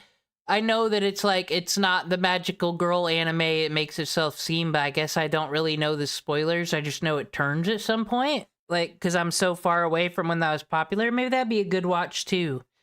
Does take place 10 years prior to the 5th Great Holy War, which is actually 40 years early. They're only supposed to take place every 50 years. Fate Zero, which was written kind of in response to the popularity of Fate Stay Night's visual novel and its anime adaptations, spoils a lot of really key elements that pop up throughout Fate Stay Night. And therefore, it's usually best to watch this prequel after you watch Fate Stay Night. But this brings up an interesting question that you're going to hear a lot as you... I actually do not like magical girl animes. I tried because I'm like, I like accessories. I'm supposed to like Sailor Moon. It's just Sailor Moon. It's like I like the existence of it because to me, anime was super niche when I was little. Like Sailor Moon and Dragon Ball Z is like the top 2, you know. And it just never clicked with me. I never got into it. I tried, but then the fucking Ilya shit pisses me off because I actually like I didn't hate card captors though growing up, and I kind of like the card captor concept with Fate. I wish it hadn't been lolly trash because that Oath Under Snow looks really cool too. Anime, you always do rooting cool concept because, you know, I put fantasy and sci-fi for when we were doing that quiz. Y'all remember Firefly?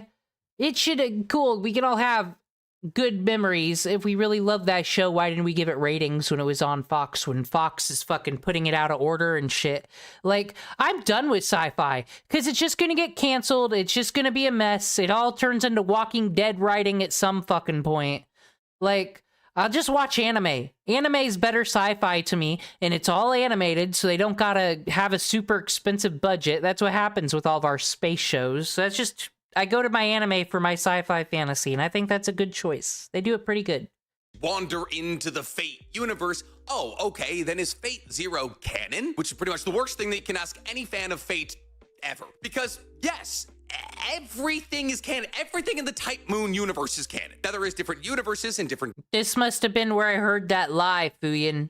That everything's canon. It must have been this user. dimensions in light novels and video games and visual novels and anime and movies. And sometimes those things have absolutely nothing to do with each other. However, just because they exist in different pockets of the Nasuverse does not mean that they are less canon than other parts of the Nasuverse. Stay Night. This is the fun part of the stream where I've fucking tried to make this more entertaining, and then I forgot what the hell I was doing. It was very important, but I had to go to a submenu of a submenu to do something. Users, what would you do in Fate Grand Order if you were me right now? Oh, okay, never mind, I figured it out. I wanted to see, I can get those snake crystal things. Can I want to enhance Medusa, actually. She deserves it, since we're talking about Heaven's Feel. She deserves an ascension. Sometimes there's what we're doing for story reasons, but then there's the people that just fucking deserve it.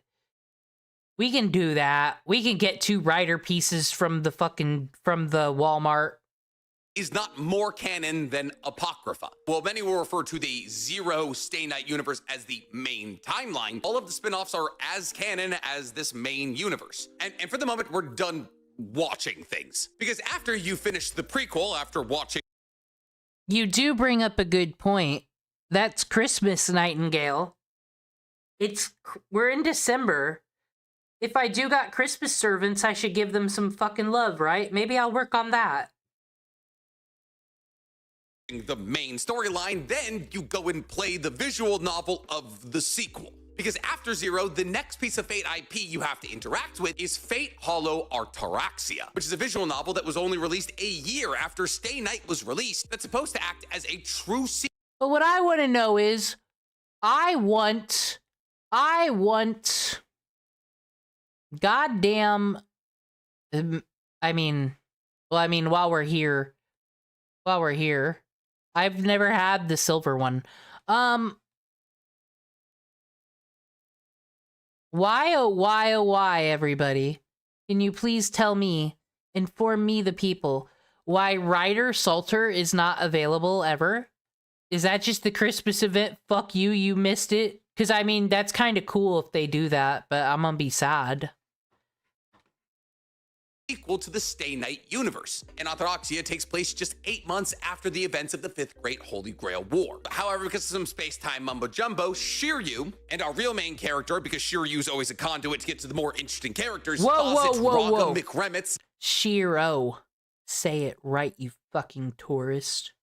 Yes, that's their real name, a mage who also fought in the Fifth Holy Grail War, gets stuck in kind of a Groundhog's Day situation that's just repeating the 4th day of the Fifth Holy Grail War. And so kind of all of the characters of all 3 timelines have to work together to try and break out of this magical time-space loop. It's fun. But there's also a reason that it hasn't been adapted into an anime in 20 years. And after playing that visual novel, you're done with the main timeline of Fate. And some people would say that means you're done with the entire Nasuverse. All you need to worry about is the canon timelines, right? Wrong. There's like 30 more spin-offs, anime, mangas, and visual novels. See, the spin-offs kind of fall into 4 separate categorizations. Grand Order, Extra, Kaled Liner, and then just like others. First, Well, fuck, homie, that's gonna be a special stream. I've always wanted that servant. It's gonna happen. Oh my gosh. Oh, this is... Really? Oh, dude, you just given me the greatest Christmas gift of all time telling me that. I'm excited. Maybe that'll rejuvenate my love for Fate Grand Orders. We can make a Santa team. spin-off series we're going to talk about is the Extra storyline, also known as the Mooncell Holy Grail Wars. This timeline does not, at least so far as we know, exist inside of the Fate Stay Night timeline, and kind of thank God for that. See, there are 6 pieces of IP from the Extra storyline, and only one of them is an anime, and it's probably, to me at least, the worst anime inside the Nasuverse outside of the original Fate Stay Night. See, in the Extra storyline, it's not 7 mages competing for a Holy Grail, it's 128, and they're not competing in some random city like Fuyuki, but rather inside of a supercomputer inside of the moon. Yeah, it's a lot. And the supercomputer Fate Extra sounds cool. The gameplay just didn't look fun to me. I said that it's gonna be a good Christmas because that game's coming out. There's a whole Fate Stay Night remake. There's a Tsukihime remake. Type Moon's been nice to us the last couple years, actually, so I need to stop my haterade. is able to run these 128 mage contests. Oh wait, we just talked about Fate Strange Fake. No, they haven't. Fuck them. Because it has compiled and composed all of human history into its supercomputer database and thus uses that data to run out these fake Holy Grail Wars. But not Fake Strange. Fake Strange is a different thing. But anyways, the Fate Extra universe, as it's known, starts with a game. It's a dungeon crawler released for the PSP in 2010, so have fun playing it. But if you do somehow find it because maybe you have a PSP, don't... Wait. Dungeon crawler? I thought they were all like fucking whatever those... What are those games? The Dynasty games. They all look like Dynasty Warriors. Yeah, I know Tsukihime remakes out. I'm thinking about playing that before the Fate Stay Night one. I think that'll be fun. But I do like dungeon crawlers, actually. I hope it's a good remake. This Fate Extra. There's a sequel to Fate Extra, which is Fate Extra CCC. However, unfortunately, unlike with Fate Extra CCC is untranslated. So if for some reason you are able to find this 15-year-old Japanese game for a device that nobody has anymore, I hope you also speak Japanese. But don't worry, if you don't have a PSP, Oh, I'm sorry, you all don't have your purple Hannah Montana PSPs? What the fuck's wrong with you people? there's a manga of an alternative playthrough of Fate Extra. Well, Fate Extra CCC. See, Fate Extra CCC is a sequel to Fate Extra that focuses on Thank you for reminding me that we got fucking... I think this Santa hat here seems a bit fucking kind of lazily put in now that I'm looking at the graphics, but we got her. This has been my favorite kind of character, because I didn't give a fuck about the American Singularity first time through when I played on my own, but I really did enjoy Nightingale. Glad that she's on the crew now.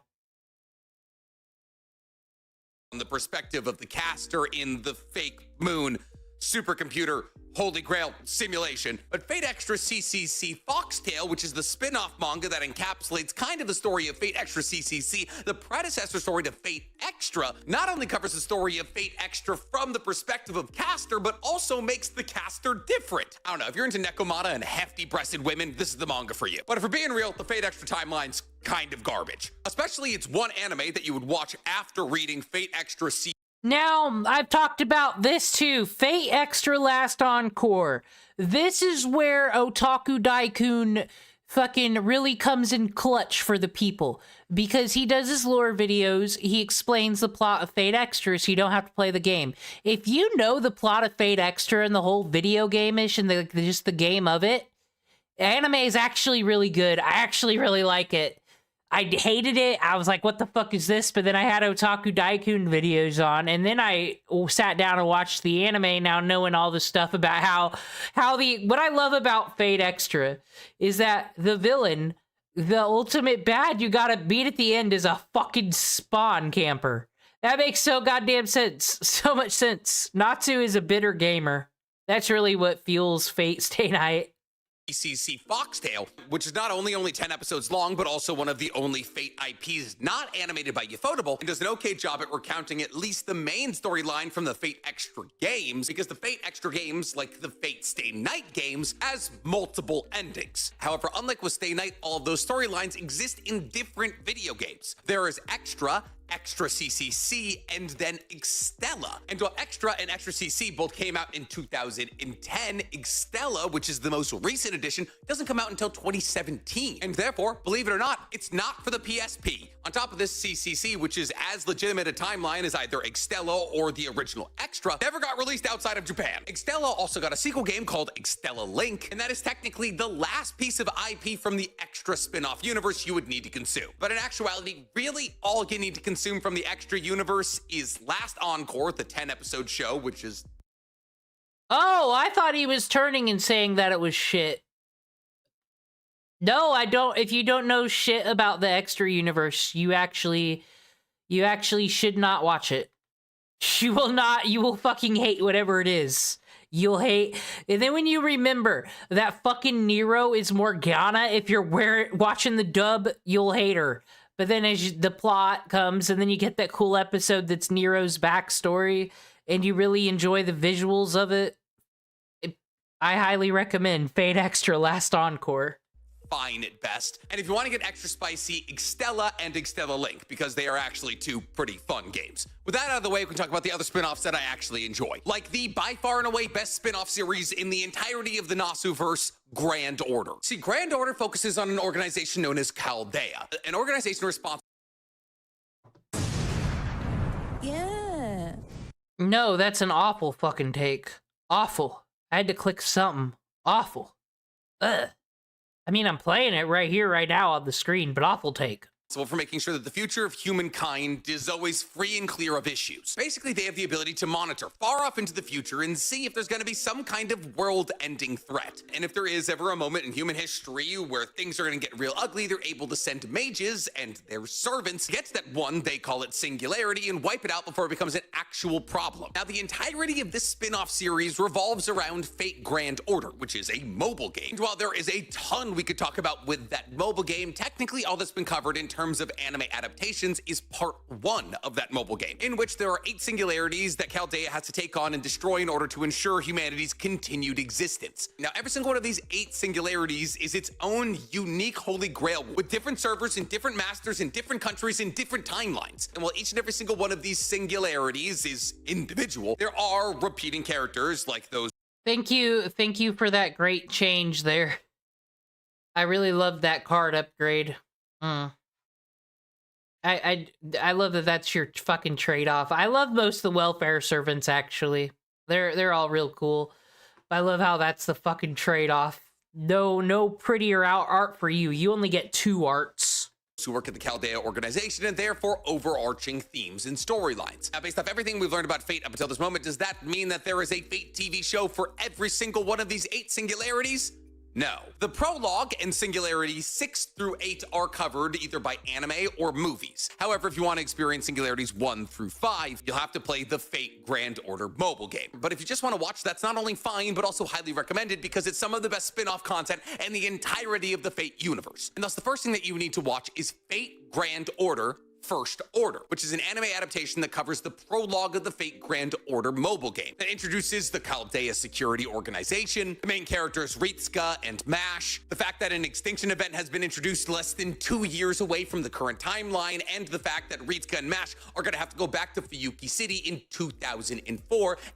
Guys, I hate to tell you this, but it's 2025 and Fate Grand Order takes place in 2018. We fucked up.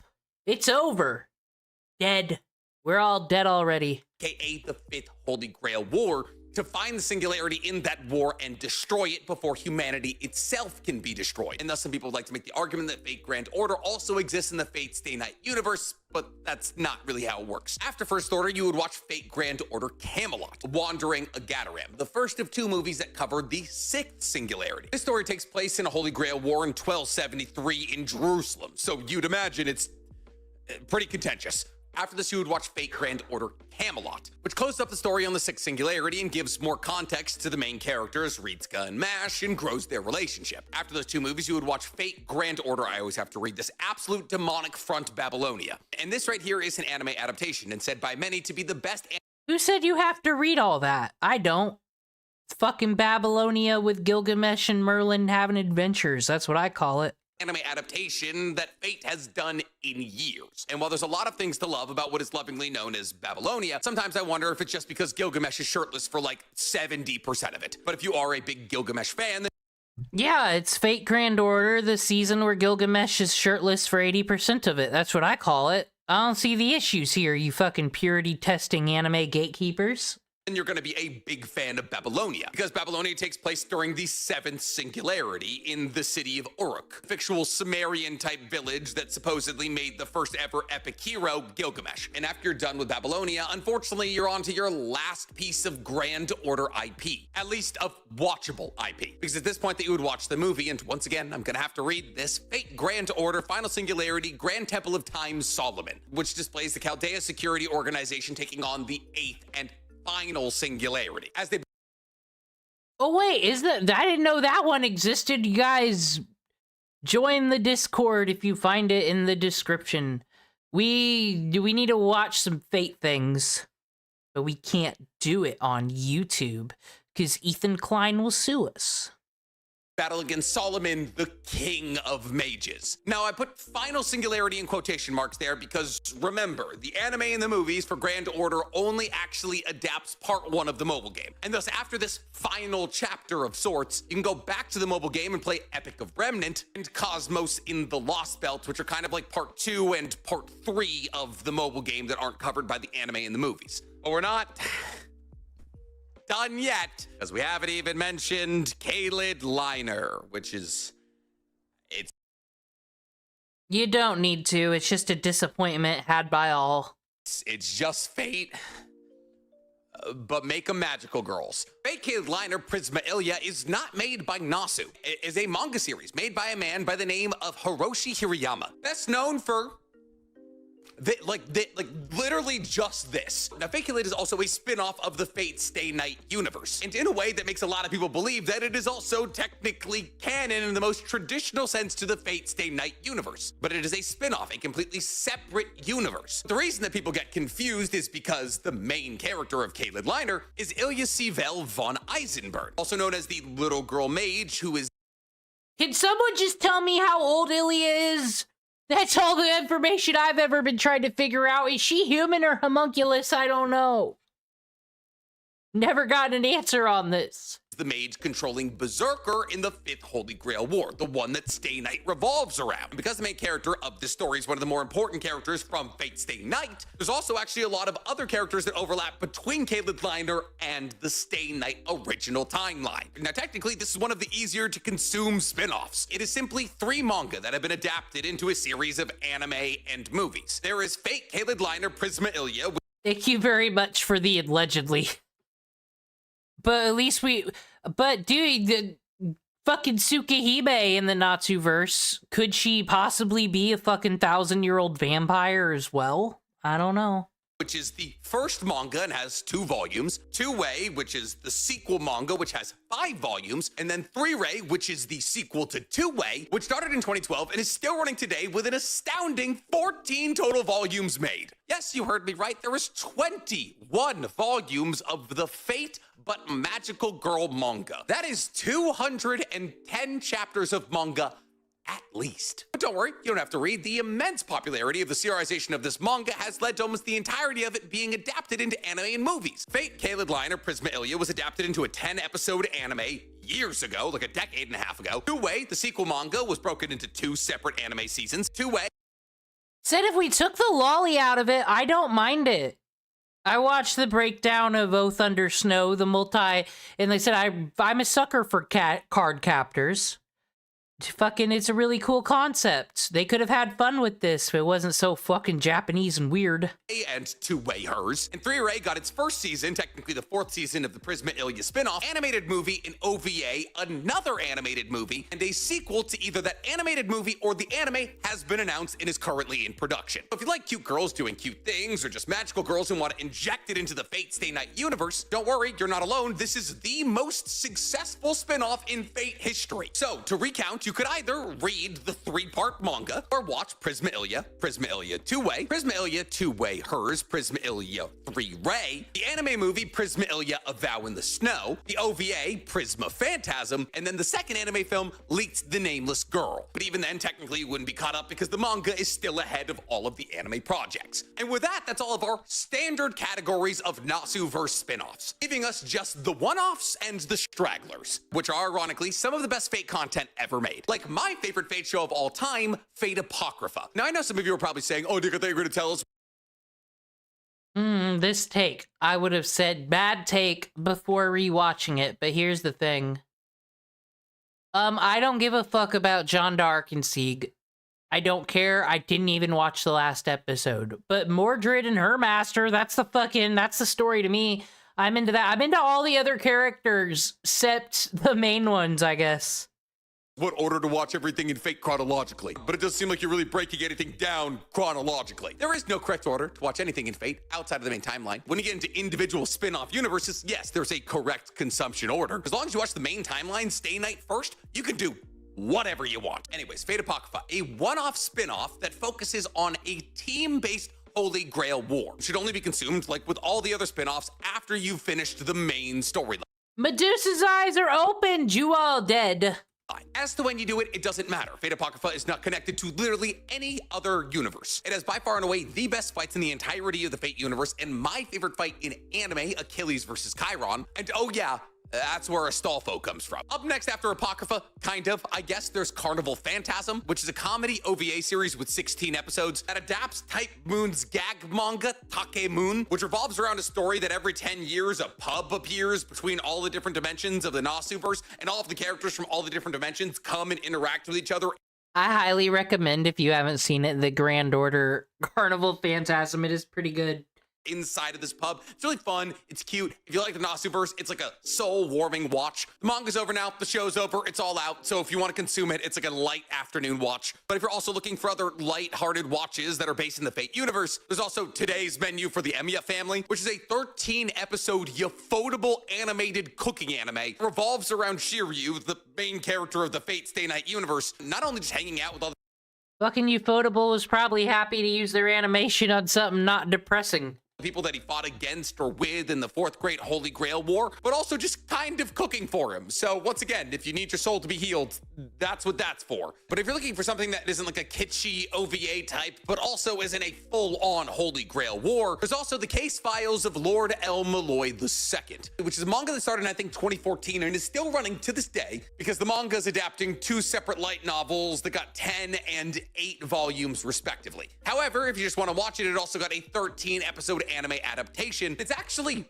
really good. It takes place 10 years after the conclusion of the Fourth Great Holy Grail War and therefore 2 months before the events of Fate Stay Night. And it follows Lord El Malloy II, who is a big character in the Fate universe and a participant in the Fourth Great Grail War, investigating like magic adjacent crimes and mysteries in the... I think this one will be a good watch too. Said the Discord might be where the real Fate streams are taking place. We might need to download all these. To the Pirate Bay we go, because I don't know where to buy Ufotable Blu-rays. Fate universe. It's kind of like Apothecary Diaries meets Fate. It's actually a really fun, really well-written watch. And since it takes place after Fate Zero, but before Stay Night, but since you're supposed to watch Fate Zero after you finish Stay Night, if you watch it pretty much immediately after finishing Fate Zero, which is more or less the last thing you interact with in the Stay Night universe, it's a pretty good way to cap off the main timeline, because this story does take place in the main timeline. It's not a spin-off, it's not an alternate universe. This is just what happens between the 4th and 5th Great Holy Wars. But don't worry. There's only 2 things left. Second to last is Fate Requiem, which is chronologically the most recent thing to be released. It takes place in 2025. I have actually no idea what this light novel is even about. I haven't read it yet, and I'm not about Same. to find out this deep into the video. If I'm being fully, I'm not doing research. I'm so tired. Which brings us to our last and final entry from the one-off other category, Fate Strange Fake. The reason we're talking about all of this, the most recent anime adaptation piece of IP from the Type Moon universe. Fate Strange Fake was originally a light novel that ran for 9 volumes and then was adapted into a manga that ran for 5 volumes and then got an anime movie adaptation that was 55 minutes like 3 years ago and is now currently getting an anime adaptation. It revolves around Americans separating from the London-based Mages Association, studying the Third Holy Grail War and trying to recreate it using science and magic. Now, the Third Great... Okay, to talk plot here, this is where I didn't know how to feel about Apocrypha, because I just assumed, you know, Team Black bad. But then looking back, it's like, well, what the fuck do they owe the Mages? The Mages Association sucks. They're like the fucking prequel Jedis. Get off these people's land and let them do whatever the fuck they want over there in France with their stolen Nazi grail. They stole it from the Nazis.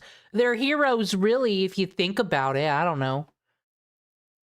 Fucking Fate Apocrypha opinions in 2025.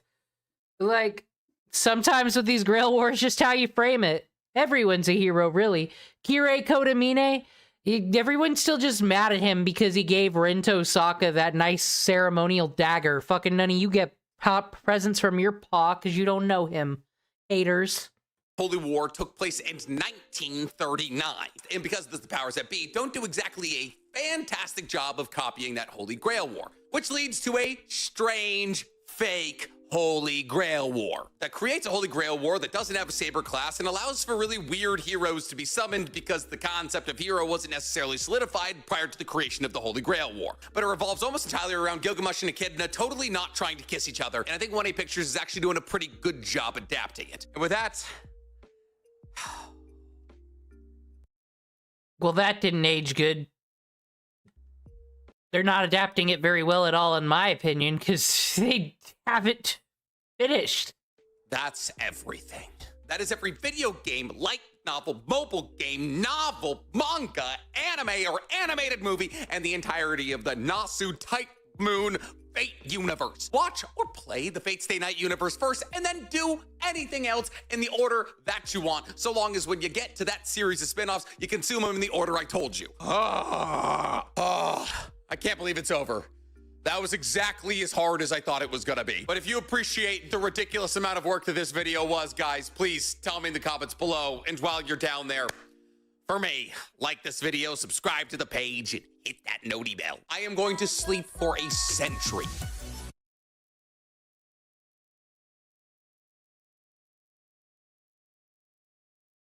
Now we're all caught up, so I can stop just making shit up about the Fate universe. I'm doing Medusa's rank up quest right now.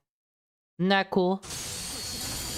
With, and these are casters, so guess who's helpful? Fuian support servant that he nicely put there for me. See you later. Thank you for the Bizette.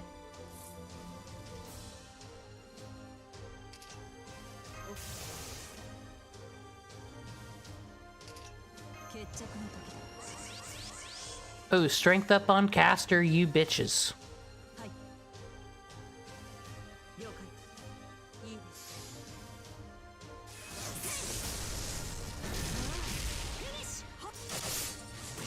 We're gonna get past this battle. I'm just having fun, enjoying, because I've got a fun activity planned for next. Go back to watching videos and working on the events in the background. I got 11 days to do it. That's like forever days. We learned this from all the other times that I do events in a timely manner. But I've thought of a segment for today, and it's not Rule 34 related. That traumatized people. We can't do that anymore, prudes. Morgan's out here casting spells. That's what she does.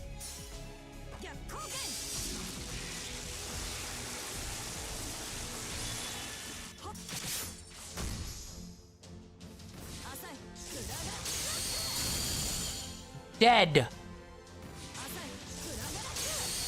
Dead. Bizette. Fucking bitch killer. And I got an event done.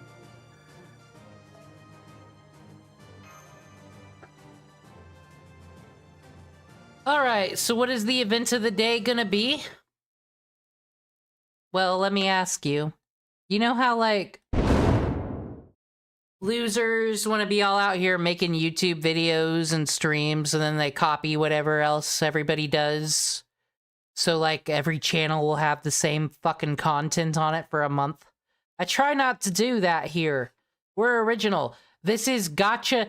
All the other gotcha bros, they be out here fucking pulling shit, being like, look at this, and everybody's like, oh, that's so cool, and then they're experts on stats. I don't know about all that number malarkey. We're different here. Do y'all remember that trend? That smasher pass trend with Pokemon? And that's weird, because that's kind of like some bestiality shit there. But it makes all of our favorite internet content creators say something crazy, right? I'm thinking about doing the same. But you might be thinking, this is Fate Friday. Don't you bring those stupid Pokemon in here. And to that, I agree. It's gonna be Smasher Pass, but it's gonna be Pokemon versus Fate Servants from Fate Grand Order. And we have to put Smash on one of them, and we have to put Pass on one of them. That's just how it is. That's the game. That's what we'll be doing for a sesh. I'm gonna BRB, go get some soda and stuff, and I'll be back in 5 minutes to play Smasher Pass Pokemon or Fate Edition. Fuian went to bed before it got good. Oh noes. BRB.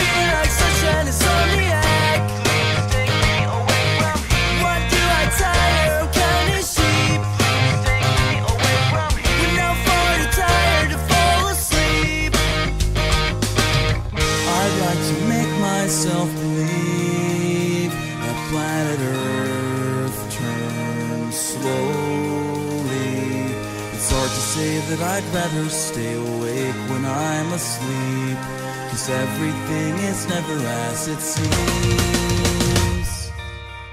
I like to make myself believe that planet Earth turns slowly. It's hard to say that I'd rather stay awake when I'm asleep, 'cause everything is never as it seems. I like to make myself believe that planet Earth turns slowly. It's hard to say that I'd rather stay awake when I'm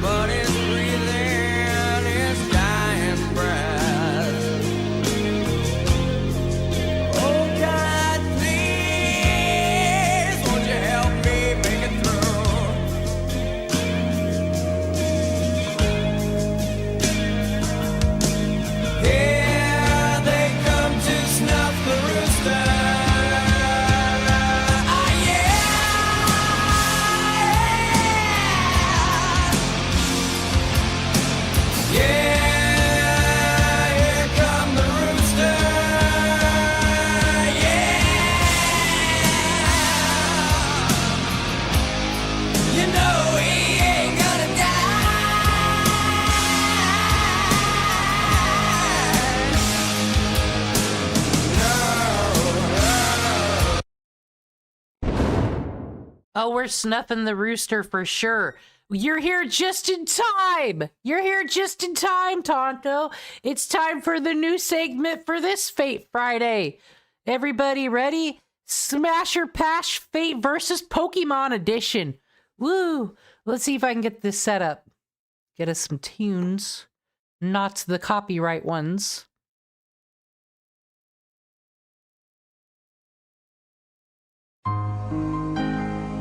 There we go. Important Smash or Pass soundtrack there.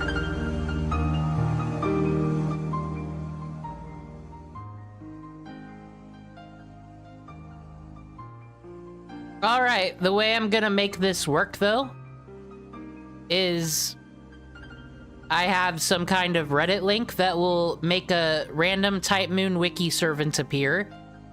And then we've got the Pokemon generator. We're just going fully random on these generators, too. We get to ask ourselves deep, harrowing questions such as... Swinib, Smash or Pass? Now let's remind ourselves, this is a little mole creature that has a little snub nose, little pig mole creature that you could pick up with your hand and fucking throw. I don't think we should be involving ourselves with that. But what if we get a horrible servant? A bad one.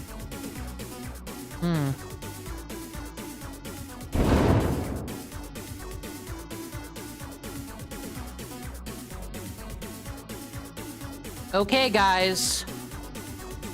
We have to smash or pass one of them.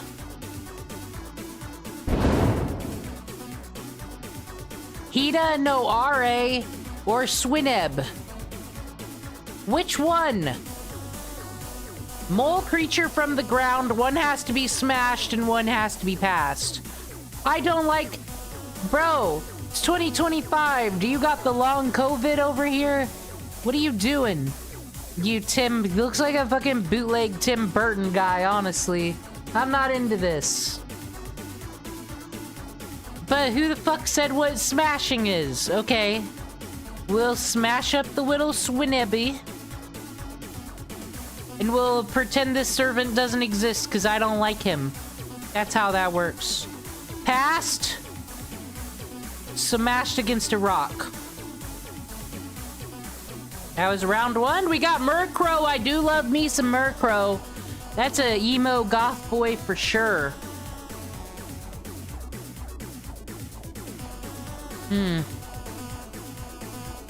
I'm not a fan of Hunchcrow. Murkrow's cute. I don't want to smash it. It's a little cute birdie bird. Alright, what's my summon servant say about me? Matahari? Oh, dude! Oh, well, we love Matahari on this channel.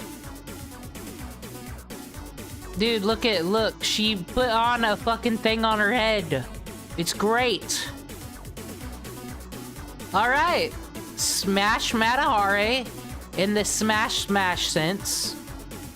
Pass on Murkrow so it can fly and be a beautiful crow for all the people. We have totally snubbed the rooster today, folks. Another fucking bird? I'm sick of the birds. Okay, Ducklet. Not Psyduck, the one from Gen 5. I like Ducklet in the Pokemon Snap game, the new one. That's all I can say for Ducklet.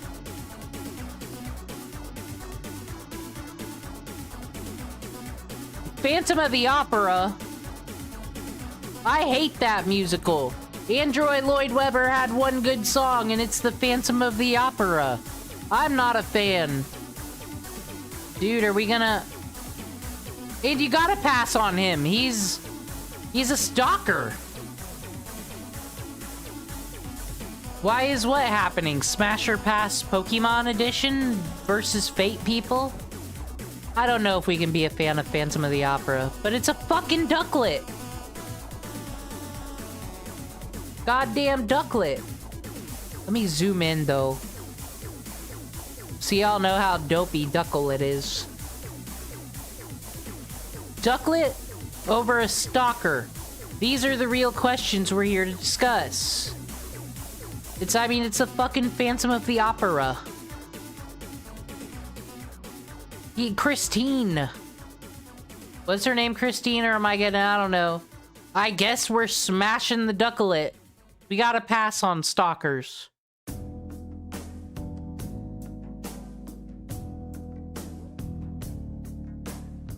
Oh!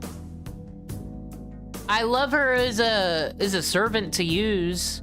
I think it's so cool how she destroys defense with her little squiddling friend. I like Katsuhike. Did I say that right? Katsuhike? I call her Splatoon Girl. Splatoon Girl, what the fuck is that? Hello, I haven't played since Pokemon Sun and Moon. What is that? Ew. Well, we don't know what that is. Okay,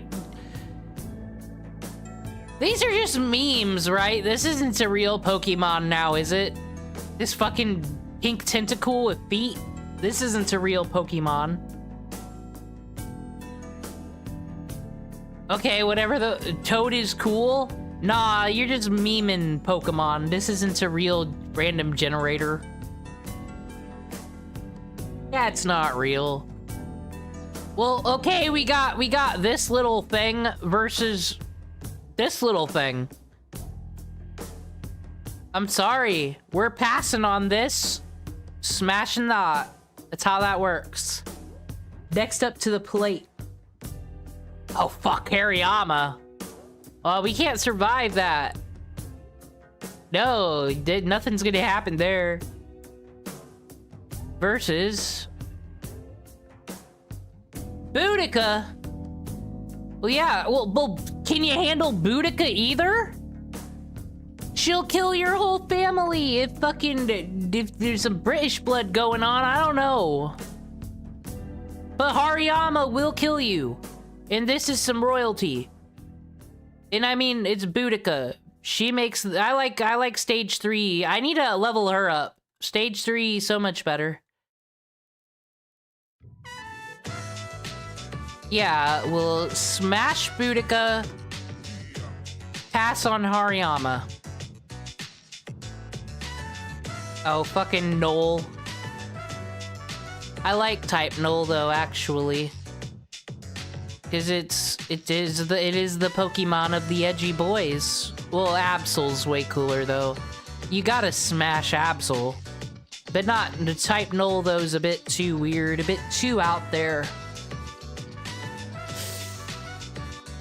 What servants will we summon? Catalyst down. Ashia Dumon. Limbo? Well, I mean, if type Null was a servant, this would be it. Correct? This is kind of equal. This is kind of an equal playing field. I don't see the issue. Like, there's Smash and Pass, and they're the twins. Are you picking fucking George Weasley or Bill Weasley or whatever the fuck? I don't like those fingernails. Those are some real Frogan fingernails. So, I guess we're smashing type Mole. Not dealing with that over there. Next servant up to the plate. Lancer. Oh, we're really just hitting random, are we? Where's the random button? Why do I have to use a Reddit to hit random? We can't use Lancer from Redline. I don't know who that is. Right again. Oh, Sakamoto Ryoma. A pimp hat. He be out here walking around like fucking Sojiro Sakura from Persona 5. Don't you dare ask that question, Tonto. That is problematic. Okay, so Sakamoto Ryoma versus Oh, I love Tyrants though. It's like Chomper from Land Before Time, the little purple dinosaur thing. I do love Tyrants. Pass doesn't mean they go to extinction though, right? That means they get to live on. Hey, you are here. That's cool. We're doing Pokemon vs. Fate Smasher Pass. I'm glad that everyone's turning up for this. I love little Chomper Tyrant. But this guy's a pimp. And he can he can take care of you, ladies. He's got the fucking sidearm katana. But professional in the front. But he kinda looks like that Jubilee guy from Full Metal Alchemist, and he's not cool. This guy will just bring you smiles all day. Look at his little arms. Look at his little arms. Go wee wee wee. Y'all.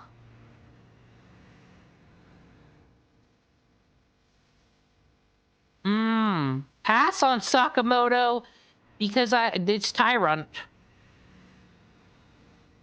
Alright. Oh, this isn't very random. We're getting all... I love the... I actually like the X and Y gen of Pokemon. Not my favorite generation, but I like a lot of the designs. I feel like that and Sun and Moon was kind of the last wave before everything got whatever the fuck that troll time-traveling shroom was.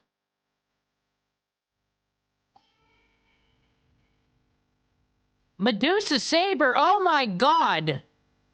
Well, smash, smash, smash. Remember, we have this servant. She's our queen.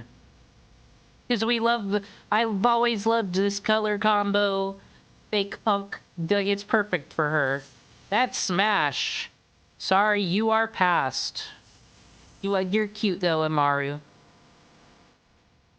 Thank you. I don't know what I'm doing amazing work at exactly.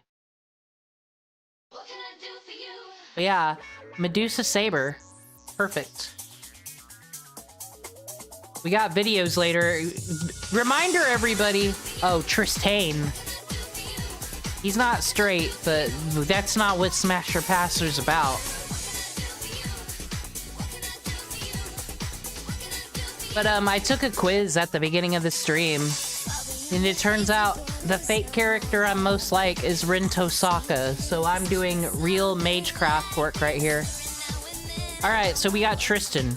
He's got that good government job with the Knights of the Round Table. And his arrow can slice everyone's heads off. We must consider that. But if we get into fights with Artoria, these people do whatever Artoria says. Kinda sheep mentality, really. Okay. And then... Volcarona...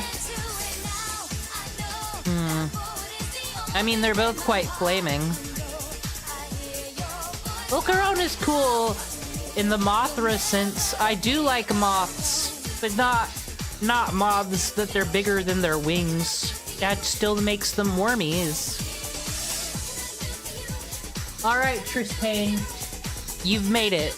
You've made it, Tristane. We're passing on Volcarona. Taking on this archer. Not our favorite archer, though. Oh, God. Where's Archerimia? Turtoga? We got all the prehistorics. All types. Fucking... Every time I think Tortoga, I think of, the guy gets his head blown off in fucking Breaking Bad. Versus who? Tomi Gozen, I do like her actually as Archer. Gotta think on this one.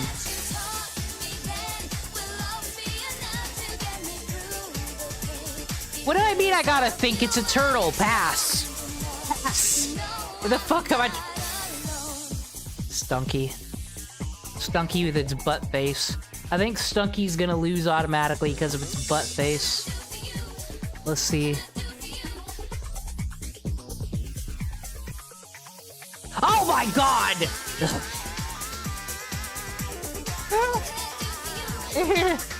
The character I don't like that much versus the butt-faced skunk. Oh no.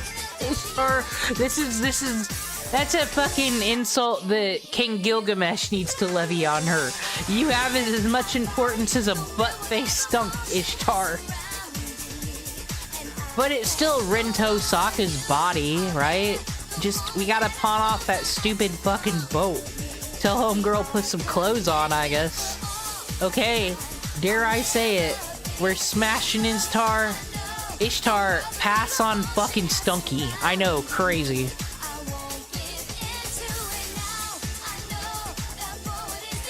Ioni Hitari, soldier. This is what we gotta go on.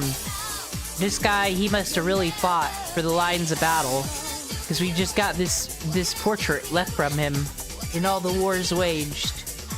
This guy, what an unfortunate, he looks like he hasn't gotten much sleep. Aw, D&D. Everyone's favorite bootleg Raichu. He does got a little cute. And you don't have to worry about him shocking you with his cheek nipples, because he's got the prongs in there. He's like a portable Kaya collar to control your dog on stream.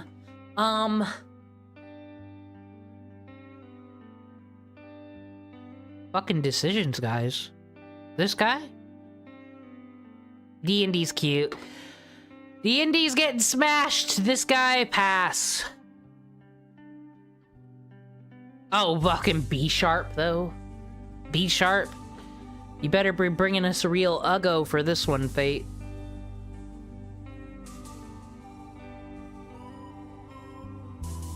When the fuck was Lilith the servant? From Dante's Inferno? What? This fucking... Is that the Kingdom Hearts logo? I can't abide by that. But this is totally my bullshit fucking aesthetic shit. We got some sketch drawings. Got that Organization 13 hoodie, some devil wings, some devil horns. Fucking murder blade, lantern. It's all here. I don't approve of those clothes. That design's not terrible. I like that one. Okay. Smash and pass on fucking B-sharp. It's B-sharp. What do we think would happen?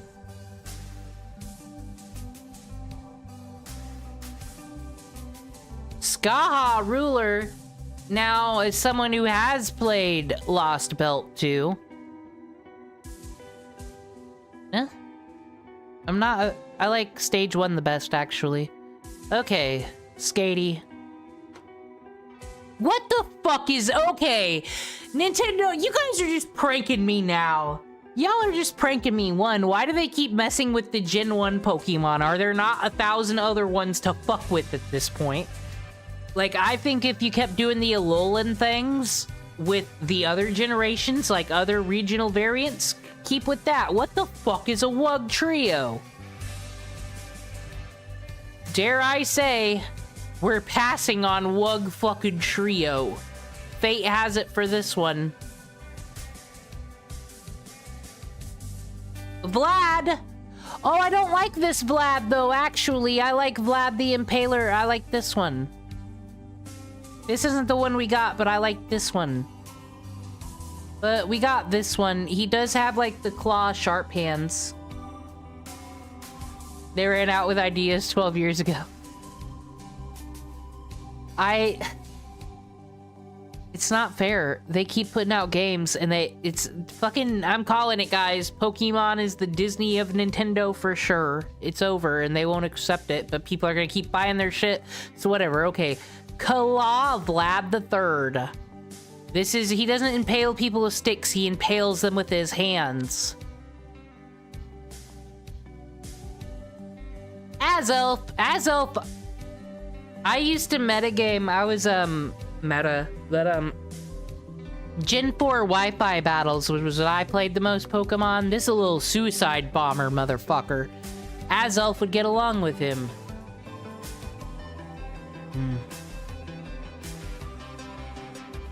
Both not my favorite.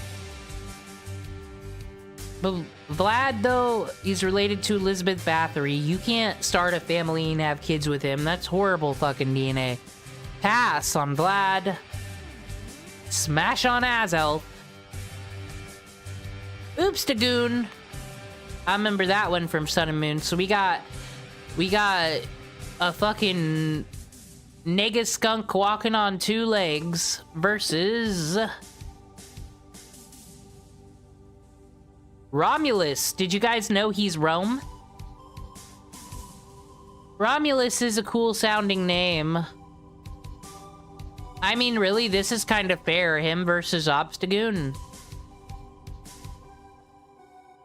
Obstagoon works in the F-list fucking furry kind of way, but like, is Romulus as horrible as all the other Roman dictators that just love murdering their own people and stuff?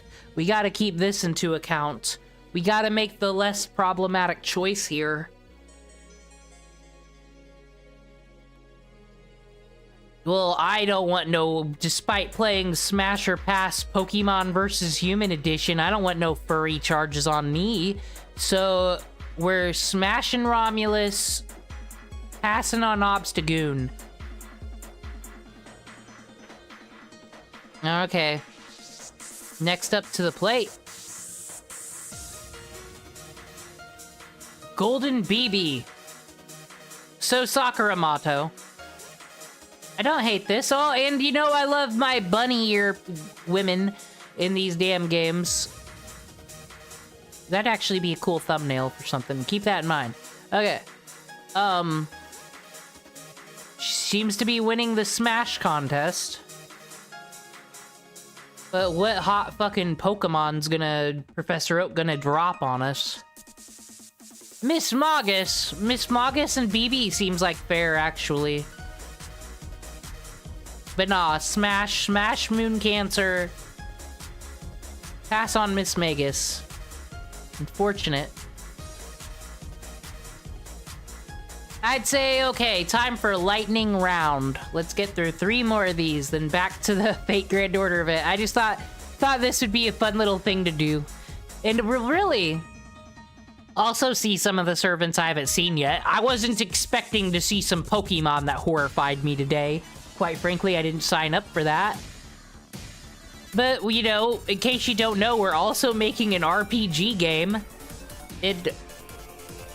Think of a Pokemon design. Let's take Golden BB here. Moon Cancer Dubai Stage 3.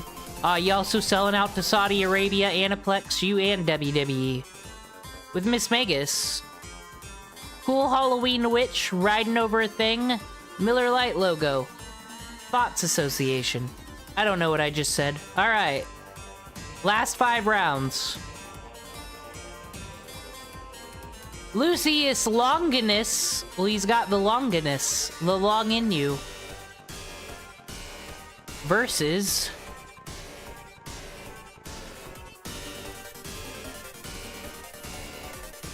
Well, Lucius, congratulations. You are smashed by default. Your face was smashed by default, Galley. I'm sorry to say it.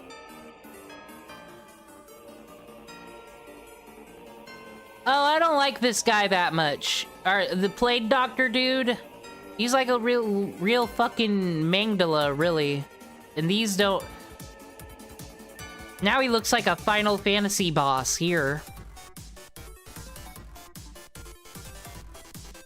What is that?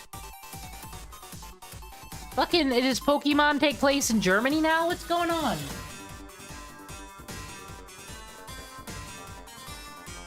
Mosshold? What the fuck is this? This is not a Pokemon. This is just fucking rodents. Guys, I'm not liking any of this fucking new gen... Oh. I'm already a Gen 1 elitist, for fuck's sakes. A Gen 1, Gen 2 elitist. I've been bullying the 3rd gen fucking fans for years because their game's stupid. And then this shit. This shit, no. I guess that's a Pokemon. This could be a stupid Pokemon Go thing. Is that... We'll just never look it up. I have the internet in my fucking fingertips. You see tabs, you see Google, but do you see me searching anything? No.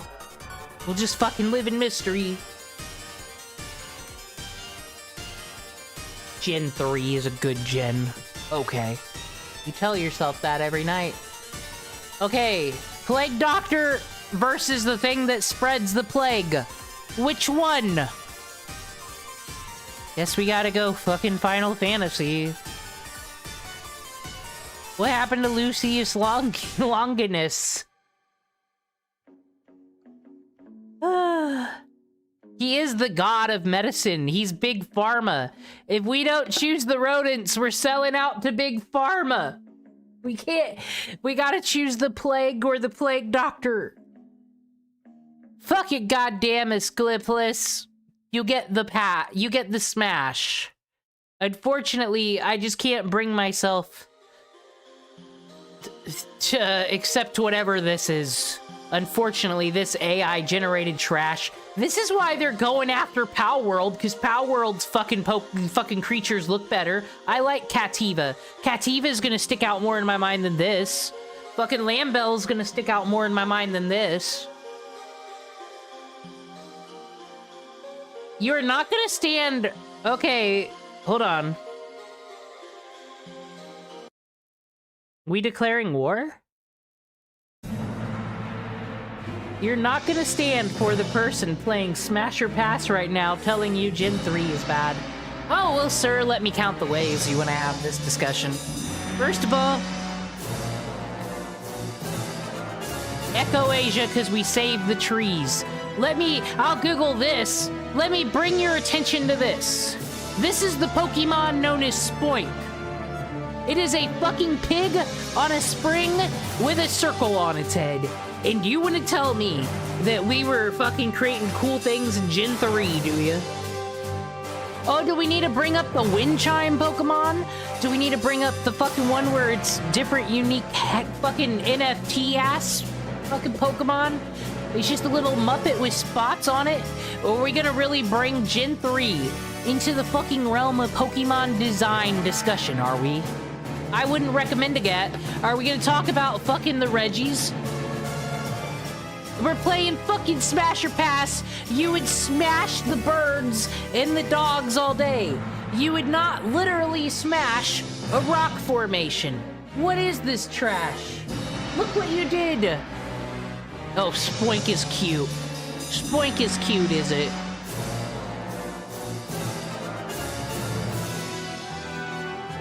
Is that fucking cute? Okay, and then let us continue to count the fucking ways. Let us continue to count the ways here. The plot is, do we want more land or do we want more water? In a game where there is too much fucking water. I'm sorry, folks. IGN was right. Okay. I don't like Gen 3 that much. Okay, Plague Doctor one. Lightning round, final 5, right? Okay, we got Iskandar's Shadow. This is when Alexander the Great has a scary shadow. It seems like a female, so that's kind of odd. But I won't dare read any of this stuff. Well, it is a faker. Fake hedgehog around here. Oh. I think you're...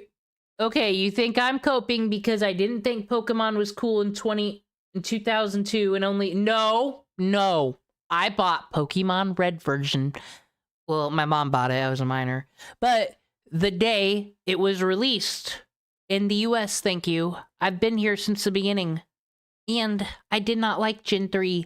I played Gen 3, beat it, and then you know what I did? I put Gold and Silver back in my Game Boy, and I played that because I liked it better. So take that. Gen 4, I've sunk all the hours into because of online Wi-Fi battling. Fucking never again. Never again. I hate Pokemon now. I played it so much, I hate it. But I really do like the aesthetic of Sun and Moon. X and Y, I don't care for the story or its existence, but I do like a lot of the designs out of Gen 6. But then Sword and Shield, I never pick. I've been out of it. I never pick those up. They look like shitty iPhone games. At least Gen 3's got really good sound design for the Game Boy Advance, I think. The fucking Pokemon music hasn't been bringing it since Gen 5. Okay. Pokemon opinions established. We got Skorupi. Skorupi here. Versus a Shadow. They both seem like poisoners. Obviously, Smash here. Fate didn't have a good start, but on the final 3, pulling it out. Oh, well, Spoke too soon. Spoke too soon. That'll definitely be a hard fucking pass. Who hooks up with Edward Scissorhands? Well, other than a Scropy. The better than the Reggies.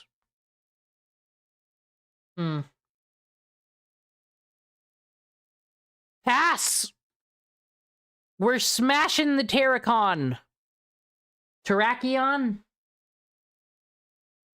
Not Cope. It's Gen 3 isn't as good as Gen 1 and Gen 2. There's too much water, too many HMs, too much BS. Maybe I should actually sit down and play fucking the Sapphire and the Ruby remakes. I was playing it, didn't beat them. Maybe they're good. Maybe the post game's on it good. Maybe my mind can change. I'm not going to be an absolutist. I'm not going to be a gatekeeping Pokemon fan. I would never do that. I'm just saying I don't think Gen 3 is the greatest fucking GBA game ever released. I don't know the memes. Are we gonna make fun of Linkin Park music too, you goddamn Tumblr Zoomers? Anyway. Oh no! We need the random Pokemon generator back. I can just bring my tabs back. Oh, we can't look at my history. That'd be terrible. You'll find out that I look at Wikipedia. Pokemon random generator. We only got 3 more to go. You only want 1.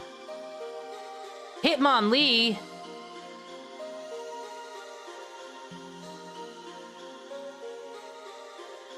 Dude, BB Dubai's back again. We already smashed her.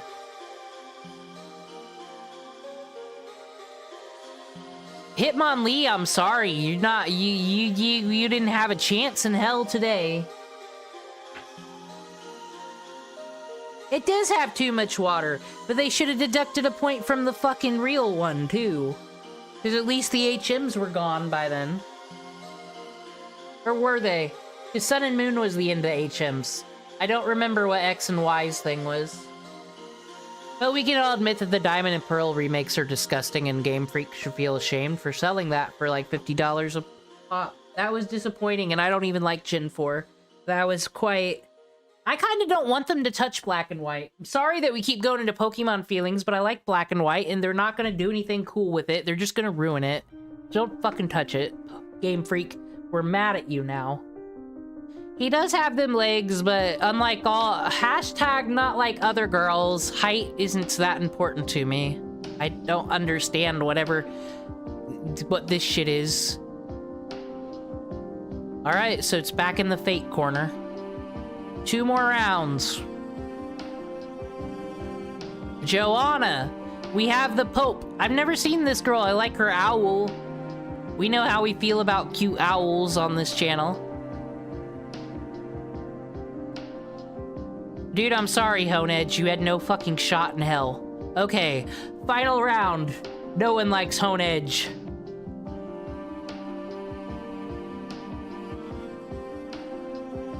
That owl is like 1 foot tall. What's it matter? Enkidu.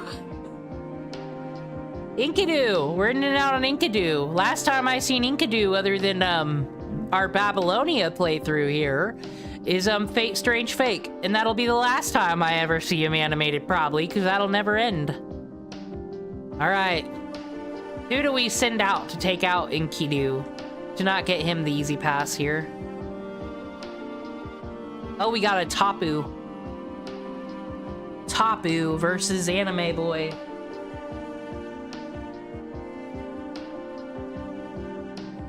I kind of like this Tapu, though. Kinda do. What the fuck is time travel doing in Pokemon? But Enkidu's kind of like the Tapu of servants here. And he's a homunculus, he's not real.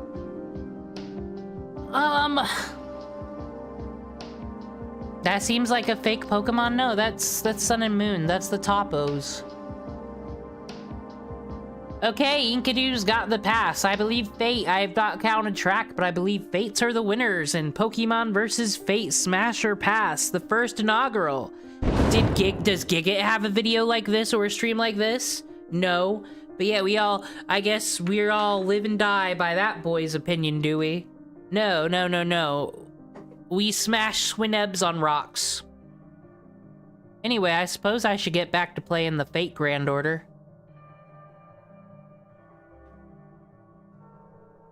That was just a fun little break. Fun little session. But we need to check up on the crew.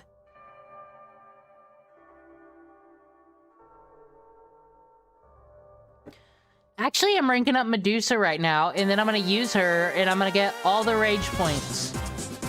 I didn't up my AP to get more rage points, but I'll use them on Medusa, because that's the right thing to do.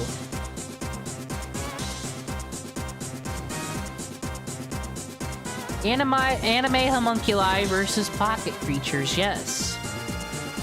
Everyone's done Smash versus Pass on Pokemon. I want to know who asked anybody to do that. And then, like, Humanoid. And then, unfortunately, I'd probably pass on most of the male servants, despite being straight, because they just aren't aesthetically pleasing. Like, what's going on here? Why are you hiding your face with your bangs? We can't trust him, he smokes.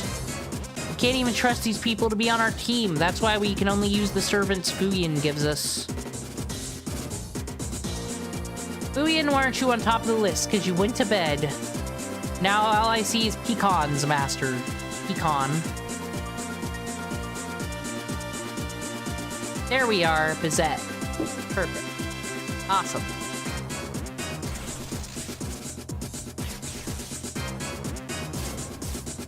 I've also got some astrology, I took my quiz at the beginning of the stream and it said I'm in Tosaka.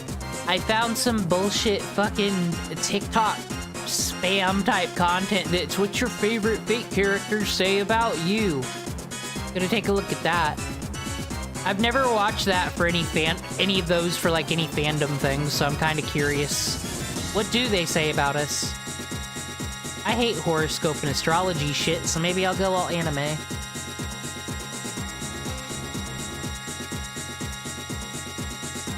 Me and Tonto are going to make a farm. It's true. I don't know what the goal is. But I do know people, when we have cabbages, no one better steal them. I'd play a Fate farming game. Maybe I could do that with RPG Maker. Just make a fucking Fate Grand Order game, but all the servants, like, they hang out in the cafeteria. You got Emiya working there. It's cool.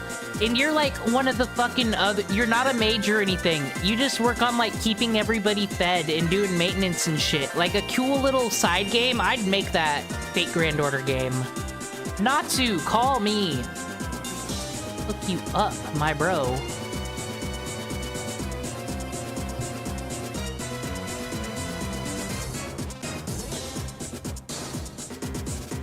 When Medusa meant nothing to me until Heaven's Feel, and she beat the shit out of fucking Sulter. But you know what, honestly, what fight was crazy to me? It was part 2.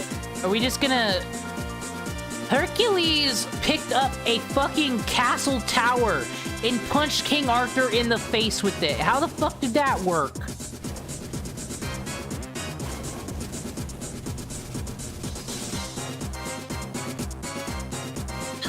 Dude, Bizette's so good. I'm like a year late to the Bizette party. Dude, I never did. I haven't done the meet everybody quest. I just talk to them if they show up.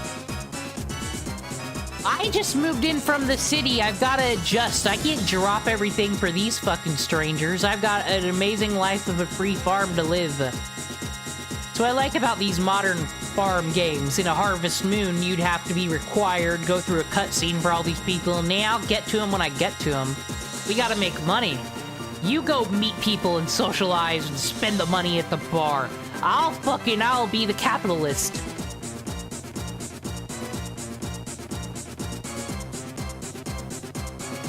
Investing in fucking produce. There was a Harvest Moon game I played. It was called Innocent Life. And it was like futuristic Harvest Moon, but you were an AI robot. So it was kind of lame. So there was like, you couldn't pick your gender and like no marriage, you know, the cool things about Harvest Moon, couldn't do any of that. But I did love the whole concept of like creating greenhouses and bringing life back to a sad futuristic world. Like that was a cool plot. I'd like to see maybe some other Stardew farming sim type game will do a future thing again. That's why we gotta, okay, yeah, well, how about this? I'll go live off the land and you go work at JoJo Mart. I already did my time at Kroger. I can't go back there. Not again. Not since the war.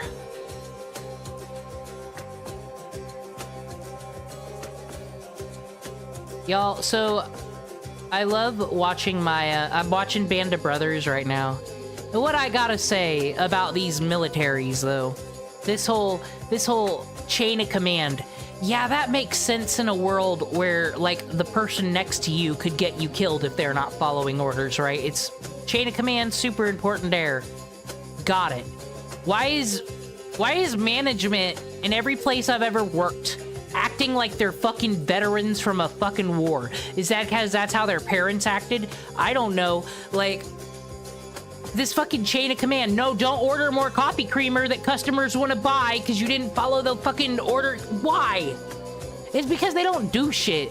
All they do is wear their fucking nice button-down shirt, answer emails, play golf with the fucking district manager, and yell at employees, and then still blame the employees for everything that went wrong. That's my feelings on retail. I hate management. I don't want to be a manager because I'm not the one. I can't be the hero. I don't have the patience. I just want to be the worker who does the right things and is left alone and not part of the war.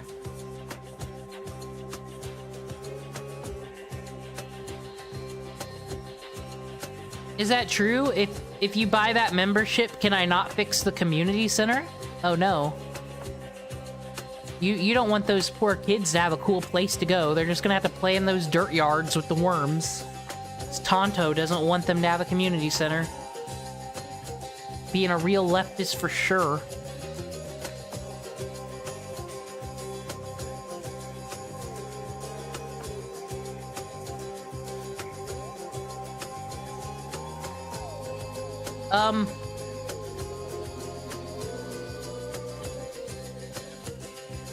I don't have any assassins, do I?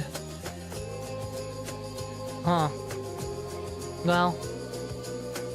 Do it, Medusa. Morgan, you're no help here.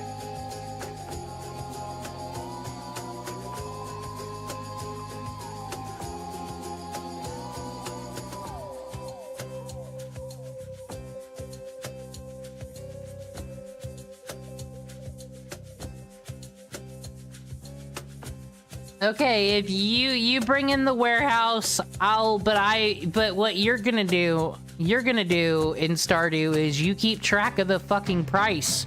We'll just undercut them.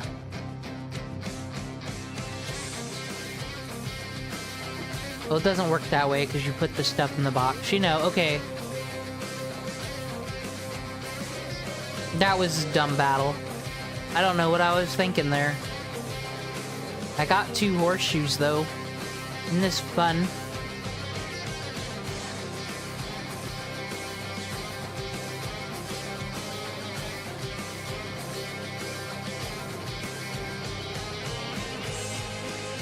Oh, I was like, where's the game? It's not on my screen. Ruin the, like I said, now I'm thinking about the concept of a Fate Caldelia farming sim, but... And I've been saying this about Sonic and Sega, dare I say. Because I don't like Sonic. I don't like any of the games. I like Sonic Adventure 2 because I like the Chow Garden. Why can't they just make a Chow Garden game? All the cool They could have made that their shitty Sonic Rumble fucking microtransaction game. My dumb ass would have fucking paid into it. I also want to know, on top of me complaining about corpos not doing things that would make them money. So all the DC movies are terrible. We know this. They don't want to make any good ones. The Superman movie, though, 10 out of 10. But that's just how you watch it. If you watch it thinking this is what Hassan Piker thinks of himself, it's the best movie in the world, right? But Batman Beyond was my favorite animated series growing up. I think that would be a cool one-off movie. Just like futuristic fucking Terry McGillis, AI robot faces. Like, that'd be a cool movie in the cyberpunk fucking thing. Just give it to the right person who can really do something cool with it. But no, we can't have cool things. Didn't someone make a fan game that's just the Chow Garden? That could be one of them Roblox things. I don't know. I gotta look into that because I'll play it. Oh, and there's a rank up for Gil too. Supposed to be the event I might be stumbling about here. Let's find us some more busy work. Now that I can close out of all my Pokemon tabs. We need to learn, I was already saying I want to learn what my favorite servant says about me. We're gonna do some horoscope shit with fate servants, guys.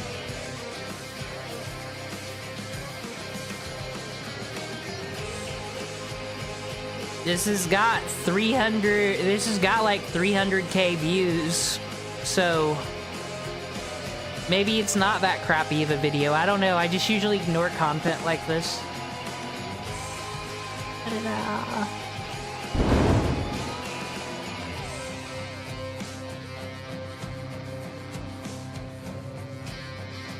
Y'all excited to learn what your favorite servant? Tonto doesn't have a favorite servant, so maybe he'll find one and it'll say something about him. I'm Rento Saka, that's not a servant though. What your favorite servant says about you. Arturia Pendragon, you've been a fan from the moment you read the original visual novel. Some people might call you basic, but you understand the charms of the Borger Saber better than anyone. Saber Alter, you're not only basic, but you shop at Hot Topic because you think Whoa, whoa, whoa! This is some bullying. There's some fucking bullying. I don't know if I got time to pause all that, but there's some fucking bullying. You can like Saber without being a basic. My gosh. The hatred. it makes you look cool. Opinion Arturia Lily, bashing. not only do you adore Saber, but you champion this little doof because you just like seeing Arturia happy. Nero Claudius, you like short girls, and the only person who likes Nero more than you is Nero. Siegfried, you think monster boys don't get enough love. Don't worry, I see you, and I know how cool Siegfried is. Alternatively, you have a glasses fetish. Caesar, you like your guys on the chunkier side, or you're a hardcore capitalist. Altera, you're coping over the fact she's not as good as she is in Extella. Gilles de Rais, you were one of the few people who realize how utterly beautiful his final Ascension art is. Chevalier Daon, someone asked what gender you're into, your answer is probably yes. Or maybe you just appreciate someone balancing cute and cool so well. Okita Sochi, you appreciate how badass she can be, or you really like her final Ascension for reasons. Fergus, you found your new best friend or fuck buddy. Either way, you definitely never chose Charmander as your starter in Pokemon. Mordred. The bullying. This is a bully video. Whoa. Tomboy who could kick your ass that chooses to dress like this. I admire how you don't even try to hide your tastes. Nero Bride, you can make any justification you want. The final Ascension tells us all the truth. You're very horny. Ryoki Shiki, you really love the Kara no Kyokai series. Rama, you might actually kill a man to get Sita in this game. Lancelot, I can't decide between the NTR or MILF joke, but I know you guys would appreciate both. Gawain, in D&D you always play the lawful stupid paladin, or you just needed a himbo in your life. Congrats, he's got you covered. Bedivere, you really appreciate a nice, gentle, and loyal guy.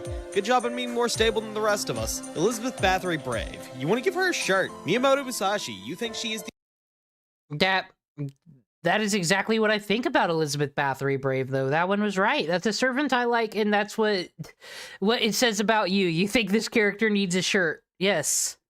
Okay, maybe this is right. It's just none of my faves will come up, though, but I think Nero Bride's a cool design. I like her. coolest character in the damn game. You might be right. Arthur Pendragon, you think Prototype is superior to Fate Stay Night. Suzuka Gozen, you've read Foxtail or you just like Fox Girls. Either way, I'm proud of you. Frankenstein Saber, your desire to protect her has overridden every other instinct in your mind. Fran must be protected. Yagyu Munonori, the ever-present effect of old swordsman in anime is here, and yeah, he's pretty badass. Sigurd, you've looked up more NTR than anyone cares to know. Queen Mev, you're overwhelmingly excited at the prospect of finding someone just as horny as you. Diarmid, you are somehow more obsessed with him than he is with Arturia. Lanling Wang, you can appreciate a pretty boy. And damn, he is pretty! Benny Enma, a brief look into your mind. What are you? An idiot sandwich. Lakshmi Bai, you really hate the British. Jason, even you're amazed that Atlantis managed to make you like this guy. Katsushika Hokusai, you are I kind of liked him in Okinawa, so... You were all here for her brand of crazy? Yeah, that's a good explanation for her. all here for her brand of crazy, and I'm with you. Never let anyone tell you 4 swords is too much. Astolfo Saber, Bunny Boy, enough said. Dioscuri, it's 2 for the price of 1, and you've never been one to pass up a bargain. Tomoe Gozen, a beautiful woman playing video games? It's your wildest dream come true. Saito Hajime, a brief look into the mind of fans of this guy.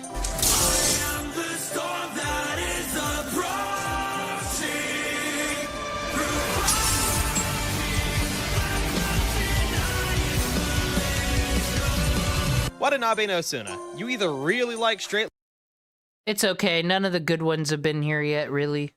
lace types, or you know how badass that final ascension art is. Or maybe you just really like bowl cuts. Ipuki Doji, Monster Girl and One-san archetype? We never stood a chance. Karna, you like seeing a more relaxed version of Karna, and you constantly have the One Punch Man theme in your head. Senshi Muramasa, you're amazed they managed to still make him feel like a badass old man even he's in the much younger Shiro's body. Bargus, you personally feel attacked by Lost Belt 6, and you don't mind openly displaying your fetish. Also, you like dogs. Okada Soji Alter, you love how surprisingly wholesome the relationship between a girl and her sword can be. Trunk Sisters. I wanna be the very best, like no one ever was. Charlemagne, you played Excel Link and are obsessed with shonen protagonists. Roland, you think clothes are overrated. Gareth Saber, you really like dogs and would love to dote on these 2 pups. Yamanami Keisuke, you are concerningly down bad for glasses. Satanta, you really like Ku and love this adorable little guy too. And like me, you're really hoping that pup doesn't belong to Kulane. Medusa Saber, you cried tears of joy realizing that they finally gave Medusa some more love in the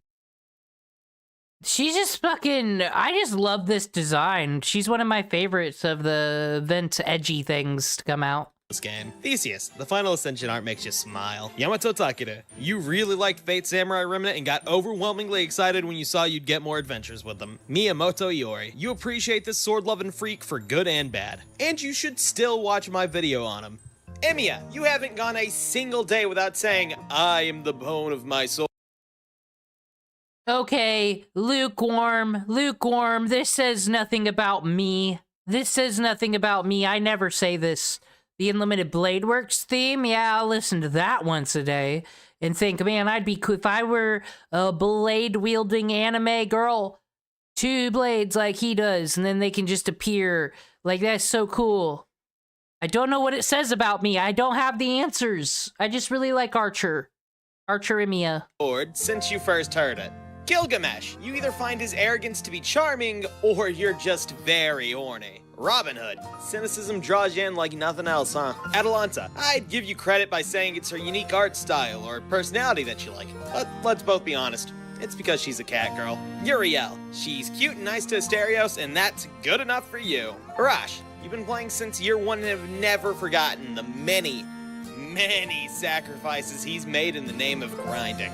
Ryan, you like seeing the silly perv bear get hurt. David, you wish he had more to say about Solomon, or any kind of relevance, really. Oda Nobunaga, you think Gouda Gouda is peak fate, and I'm sorry, but you're too far gone. None of us can help you anymore. Nikola Tesla, you think he looks really cool and electric powers are just awesome. Arjuna, apparently you people actually exist, and I can only assume it's because of the interesting internal struggle he has, or his cool design. Kid Gil. Gilgamesh as a precocious child is a bit of comedy you didn't know you needed, but you cannot get enough of it. Billy the Kid. You like old Western movies to an unhealthy degree, or you just think he's cute. Tristan. Your obsession with sad boys is both incredibly deep and incredibly confusing. Tawara Toda. You're more obsessed with rice than Naso. Arturia Pendragon Archer. You love getting to see this serious woman relax for once. And Bonnie and Mary Reed.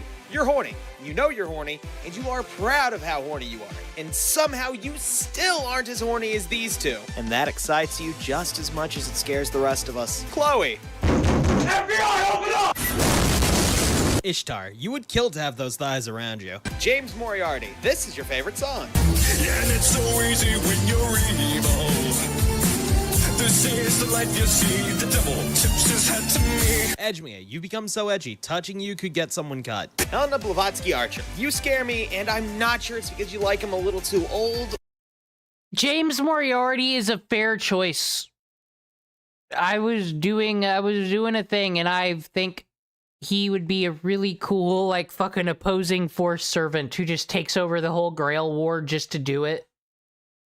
Cool. Or a little too young. Tomoe Gozen, you find her design really beautiful and think her horns are really cool. Or you're a little too into TR. And we will find you for doing our boy Yoshinaka dirty like that. Altera the Santa. The gap moe between her normal self and Santa version is almost too much for you to handle. Asagami Fujino. I haven't seen much of Kara no Kyokai, but I'll assume it's because you like that. Chiron. I'm just gonna hope you're more into the upper half than the bottom half. Napoleon. There is a disturbingly high chance you want to see him go at it with Iskander. Jean d'Archer. You want to live at SeaWorld, or you just like seeing another serious woman relax. William Tell. Badass old man is your favorite trope, and he doesn't disappoint. As Vataman, you are very, very angry and very, very horny. Paris. You want to punt that stupid sheep to the moon! Osakabe Hime Archer. You're horny in only the weirdest or most wholesome ways. Calamity Jane. You are 2,000% on board with how weird fate can be, and you just really like cheerful girls. Santa Nightingale. You've watched Mary Poppins 100 times too many, or you have a nurse fetish. I'm questioning it after that arc. Super Orion. Even you're amazed that they made his romance with Artemis compelling and kinda likable. Or you like seeing funny big guy get choked. Say Shonagon. Zoomer! Ilya Archer. That's the sound of the police. I like her design, though. It's really cute. I like this aesthetic for her. I like this hat. Like I said, just because fucking they be lolly baiting the stupid, gross people, I do think some of the designs are really cool, just art-wise. Jokes aside, you really like her expressions. Oda Nobukatsu, you aren't allowed to go within a 10-mile radius of your sister, so you are living vicariously through him. Baoban Shi, the only thing you want more than for her to step on you is for her to be happy, you weirdly wholesome masochists. Anastasia and V, you guys know just how amazing her final ascension art is. Zenobia, do I even have to say it?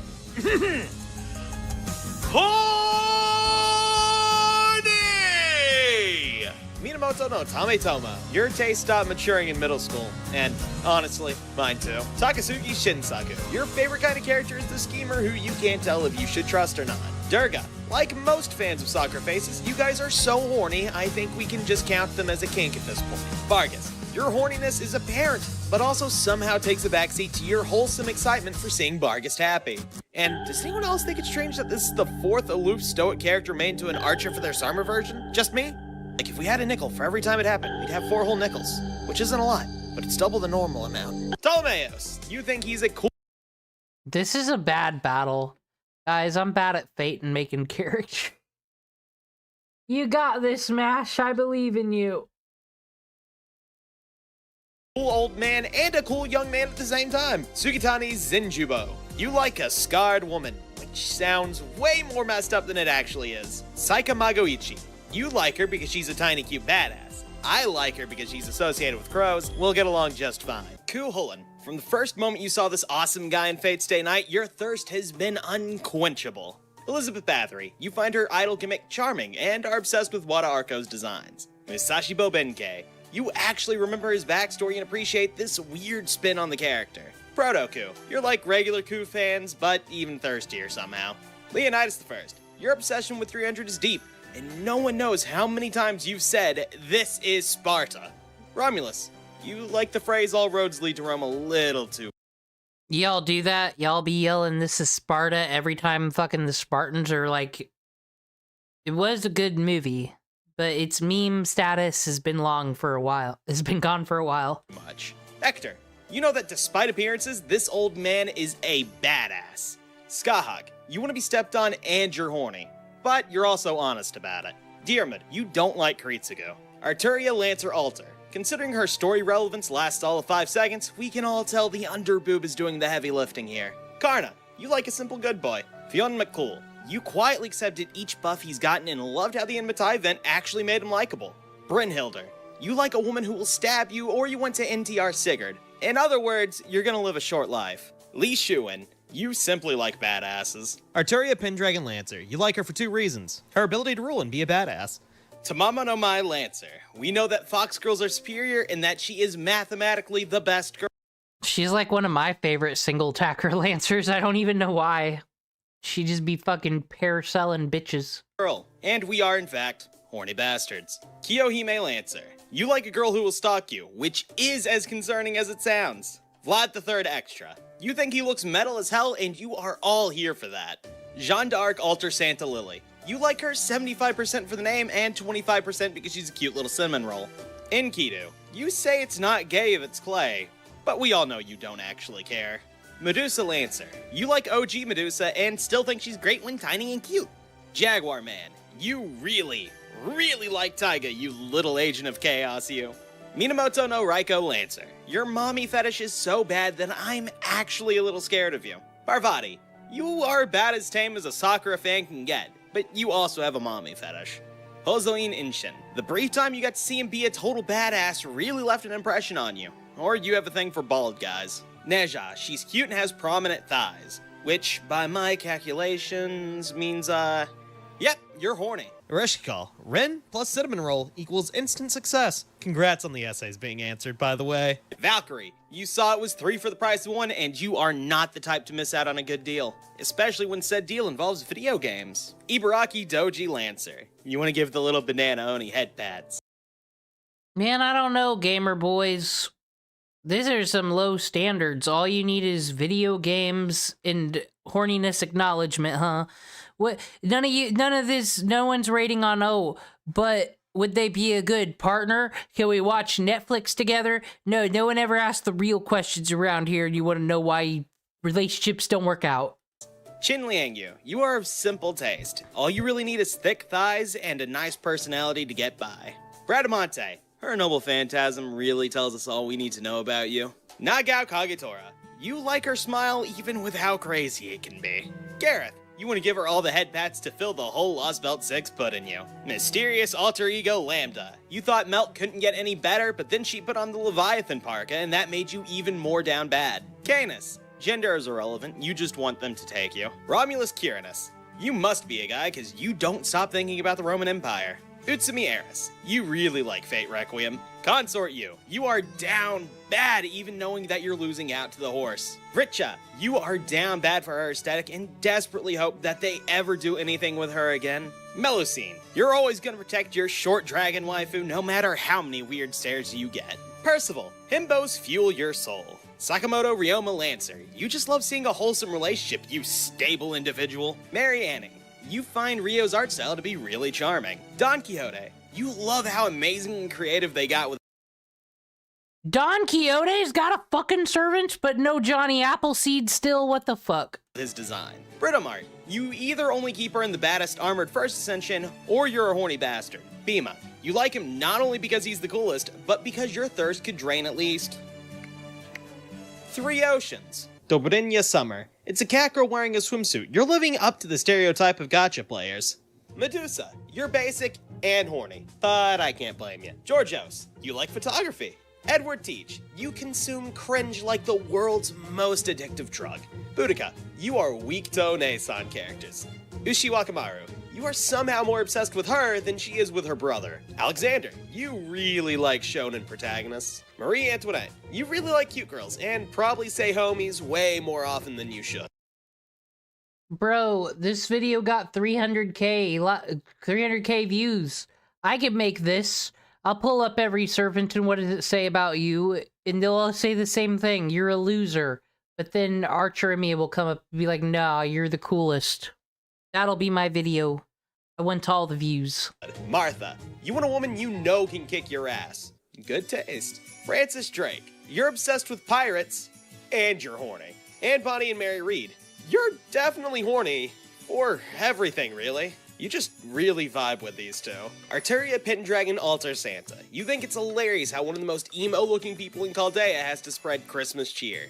Astolfo, you hear the call of femboys, and by God you will answer the call. Queen Maeve, you're trying to be hornier than her.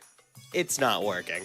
Iskander, you're wavered, or you have an unhealthy obsession with muscular men. Sakata Kentucky Rider, you say golden way more often than any human being should. Ozymandias, you think his arrogance is the funniest thing ever, and there's a good chance you reference JoJo's Bizarre Adventure way more often than anyone would like. Mordred Rider, you thought your favorite treacherous knight couldn't get any better, and then they gave her a tan. Quetzalcoatl, you want Onesan to suplex you through the fucking floor.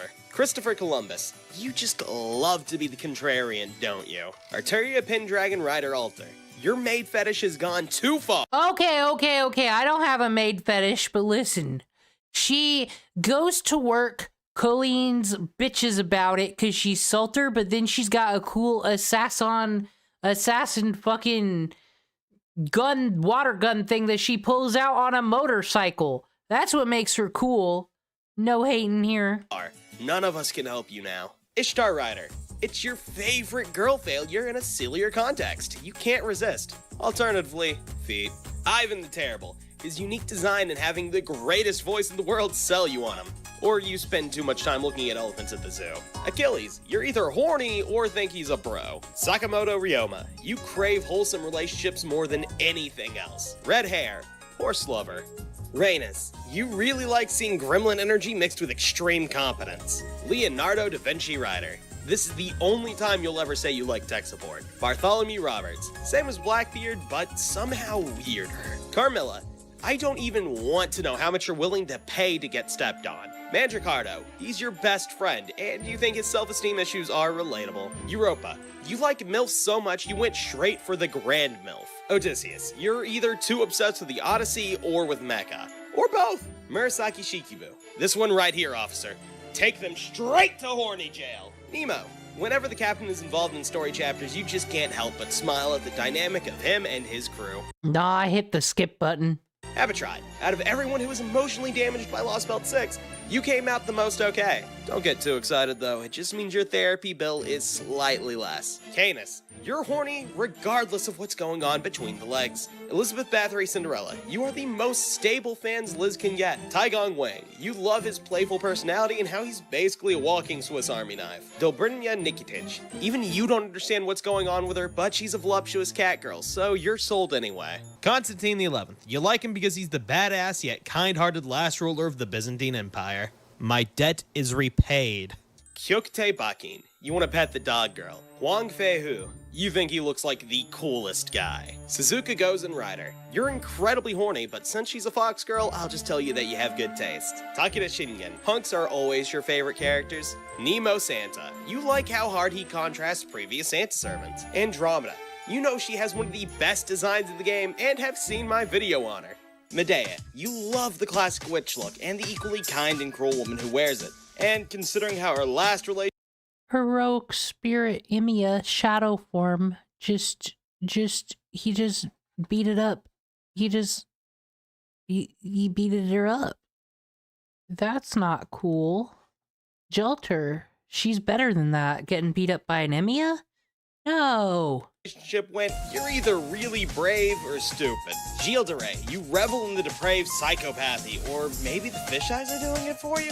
Hans Christian Andersen, you find the bitter man in this younger body to be hilarious, and you love his voice. Shakespeare, you are the very definition of chaotic neutral. Mephistopheles, you are the very definition of chaotic. Mozart, there's a high chance that you're kind of a lazy bastard. Waver, you're also obsessed with this gander. Koo, you think he got even hotter somehow, and thought Lost Belt 6 was validating.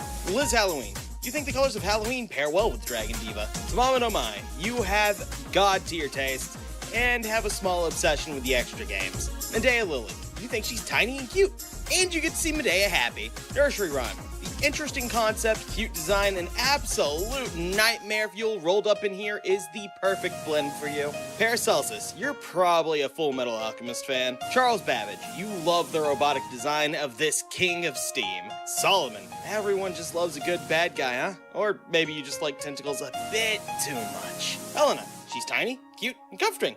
Kind of like a hamster possessed by a kindly grandmother. Thomas Edison, you're either a furry or a capitalist, whichever is more insulting. I will never understand why Edison is a fucking lion. Oh, it's the MGM thing, because I guess the idea is that's why Hollywood got created, was so everybody could run the fuck away from Edison, because he was the Elon Musk of his time and was annoying. Increase NP gauge and NP gauge. Thank you, that's what I wanted, to get some blood for drama going on. Oh, there's a second rank up quest, my god, Medusa. At least we're getting some Saints Quartz today, folks. But we'll go check on the event some more. Geronimo, you are literally crying for him to get a buff. Irisfield, you either really like Fate Zero or that outfit.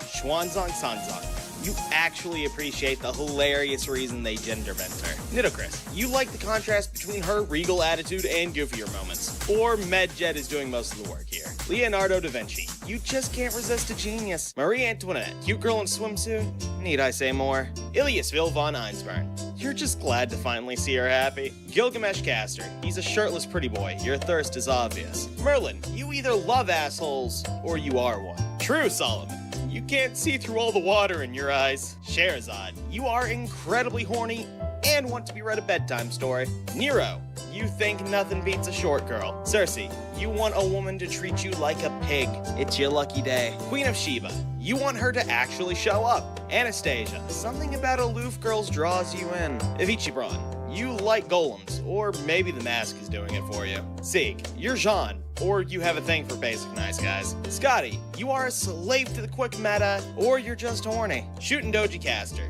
the voice is doing the heavy lifting, isn't it? Miyu Edelfelt, you are the most innocent a Prisma Ilia fan can be. Murasaki Shikibu, you like gloomy girls and big bahungaloos. Asclepius, you have a thing for the Mad Doctor types, don't you? Chingon, you don't have friends, just ammunition. Arturia Caster, you're still looking for those spring memories. Miss Crane, you're either as obsessed with idols as her, or you just like redheads. Charlotte Corday, you want a basic and wholesome relationship. Izumo no Kuni, you like short girls and puppets. Martha, you like food and cute things. Daikokutin, let's see, how many pet mice did you have again? Zhangju, something about badass old guys is just awesome to you. Wu Zetian, you experience the euphoric joy of them actually aging a servant up instead of down. Ask the Savior, you just want her to be happy. Yui Shosetsu, you are obsessed with Samurai Remnant and want to spread joy for this woman. Kuonji Alice, you're Now, I don't know if I want to play Samurai Remnant, but I am thinking about watching someone's, like, commentary let's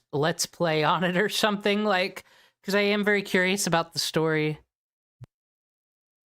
still screaming for Nasu to get to work on the next Mahoyo. Speaking of which, where's the game, Mushroom Man? Sasuke Kojiro, you hate that he's not a saber. A son of the cursed arm. You love the fact that he's actually a pretty nice guy. Or you really want him to do some things with that hand, you freak. Steno, you really like Akira's art style. Jinkei, you like a woman who loves a good drink. Sanson, you like nice guys and know he wasn't drawn by the Danganronpa guy. Phantom of the Opera, you like being contrarian. Or you can't help but love the underdog.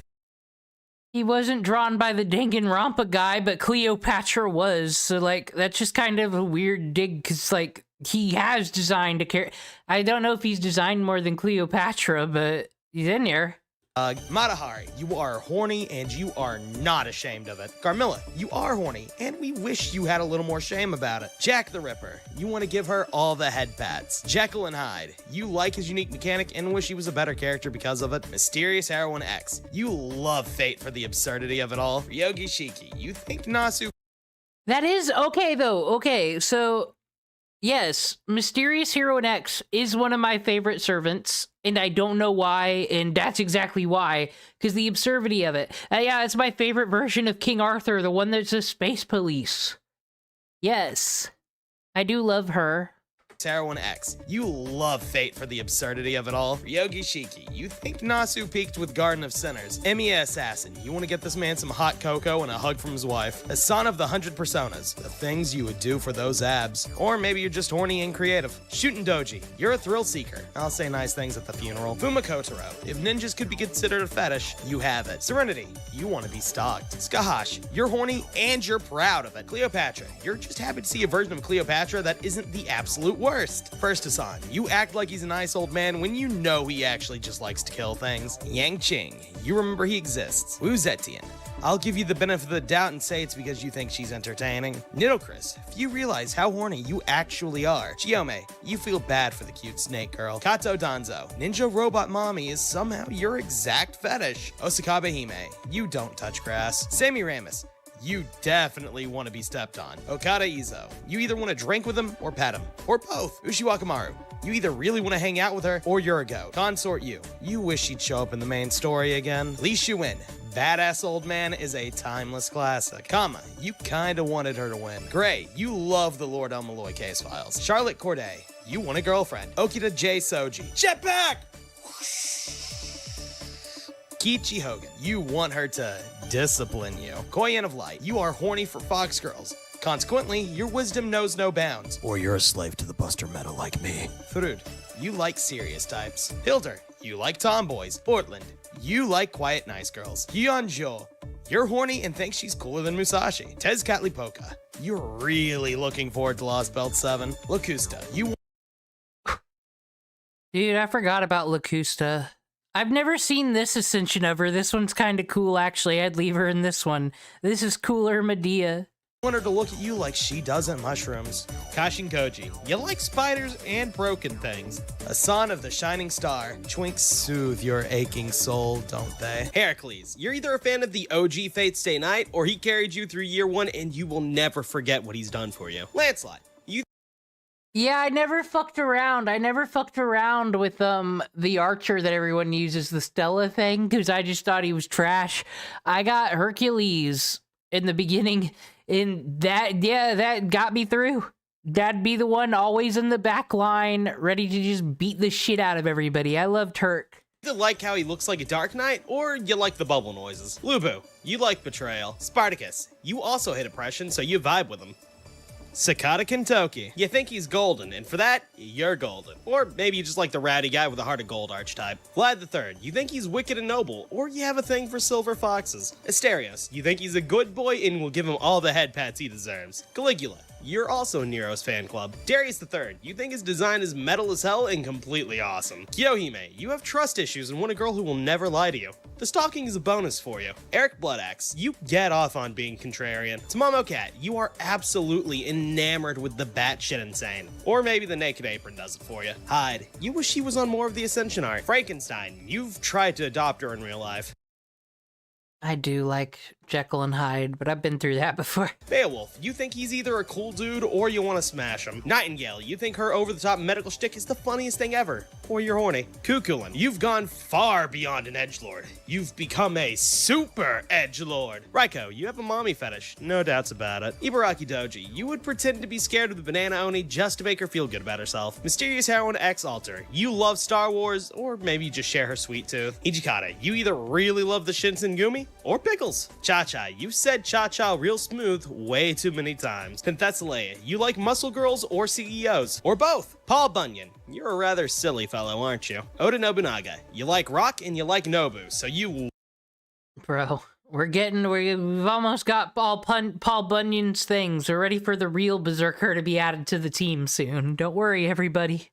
Paul Bunyan's coming in with the axe. Love Summer Nobunaga. Atalanta Alter, you like cat girls, and you shop at Hot Topic. Jalter, you also shop at Hot Topic, and you write fanfiction. Zhangyu, you think he looks badass and want to ride him, hopefully in a different way from Consort You. Arjuna Alter, you think he's a cool guy, and you've joined the cult of the Buster Meta. Mori Nagayoshi, you are a violent person. Salome, you want to lose around 11 pounds. Musashi Berserker, you're horny, but at least you have good taste. Kijo Koyo, 2 words, dinosaur, mommy. Brynhilder Berserker, you're horny, but probably won't do anything to upset Sigurd. Galatea, pants! Morgan, You thought she was right and wish Lost Belt 6 could have gone differently. You're also racist against fairies. Say, Shonigan, you're not only horny for her, but also probably horny for a certain rat. Crimhild, goth girls give you a reason to wake up in the morning. Ibuki Doji, you're about as thirsty as it gets. Sin no Rikyu, you really like horror movies. Duryodhana, you like evil bastards. Castoria Berserker, your horniness is only eclipsed at the joy you feel seeing her happy. She's become the most hated servant on this channel now. We don't acknowledge any fetishes or fan arts or anything cute about her. She's the worst. I hope she falls in a hill. I'll never use her again. Nagakura Shinpachi, you get to choose between badass young man or badass old man. You can't lose. Shizuki Sojiro, you know that this is what it means to be the GOAT. That's why he's the GOAT!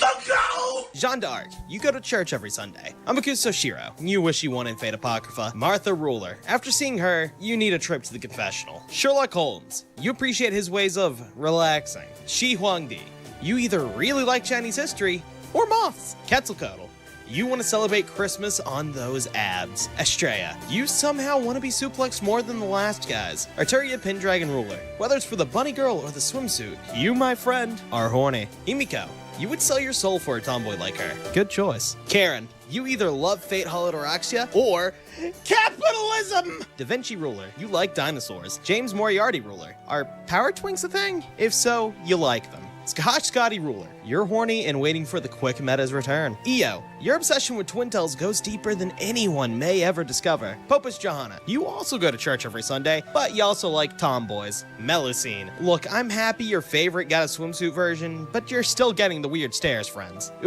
Melusine's kind of cool. Just random, just had to say, the Mezzanine Defense Force is out. Sugi Kenshin, you absolutely love that Kagetora's update came with more personality. Edmond Dantes, you are the most harmless type of edgelord. Jalter, you are the horniest type of edgelord. Angermine, you like an underdog, and you still probably don't have him. Gorgon, you are the edgier and hornier version of Medusa fans. Hessian Lobo, you love how cool and clever combining these two figures is. Antonio Salieri, you relate to how much he hates Mozart, or he's beat the crap out of all the rulers in the game for you. Demon King Nobunaga, you want to be stepped on and are super happy with them leaning into the badass side of her. Space Ishtar, you like having a meta-proof character. Taira no Kagekiyo, you love Ushi, but the edge has called you to a higher place. Kama Avenger, you're horny and love giving people like me an ethical dilemma. Mysterious Ranmaru X, more than anyone else, you deeply appreciate the absurdity of the Nasuverse. Utsumi Eris, you either really like Fate Requiem, or the expressions were a hard sell. Nidocris Alter, you already love Nidocris, so you couldn't resist when they gave her a peak design. Chloe Von Einsburn, I know many of you like her because she's a surprisingly interesting character that's often brushed aside by the community for cheap jokes. But I'm no better than everyone else. The police are on the way. Ushi Gozen, you're happy to see her ride a design that isn't a lolly or overly curvy. Or maybe you just like Samurai Remnant. Marie Antoinette Alter, you've waited years for her. Aren't happy to see this angrier take on the character. The Count of Monte Cristo, you have to stop. There's no coming back from this amount of edge. Jufu Avenger, you're glad she got the swimsuit, but are even more jealous of Caldea's Resident Immortal. Bibi, whether good or evil, you just love a chaotic little Kohai. Bibi Summer, you've imagined her doing more with those tentacles than anyone should ever know. Jinako Kaigiri, you either like her because she's relatable, or because she's the only win BBW lovers have gotten in this game. Sessho and Kiara, you're definitely horny, and definitely going to help ask for that Little Mermaid sequel. Archetype Earth, you think Tsukihime is better than Fate, and glad to see one of the strongest things on Earth here. Who has that take? Who is that fan? Who's that fan? Find that fan. Just make sure they don't got, like, any cure for things in their blood.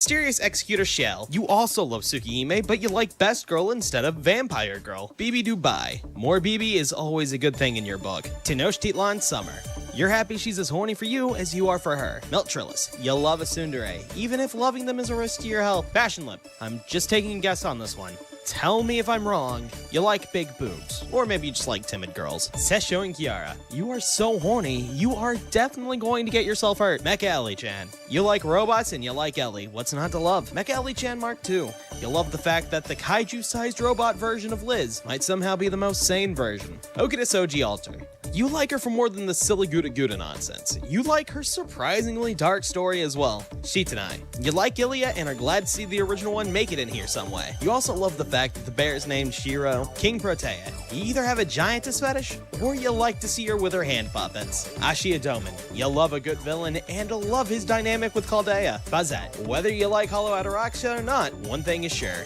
You love a woman in a suit. Taisui Shangjin. You have a taste for the sillier things in life. Super Bunyan. You're a cinephile. Jufu. You wish she'd look at you like she does consort you. Gregory Rasputin. You've been obsessed with Kirei ever since the original Fate Stay Night, and some things never change. I keep forgetting, I've never used to support Rasputin. Is he really just Kotomine Kirei? Like, well, I guess that's who he is. That's who he is in Lost Belt 1 there, but just so weird. He should be super dead for all times. He's fucking Kotomine Kirei.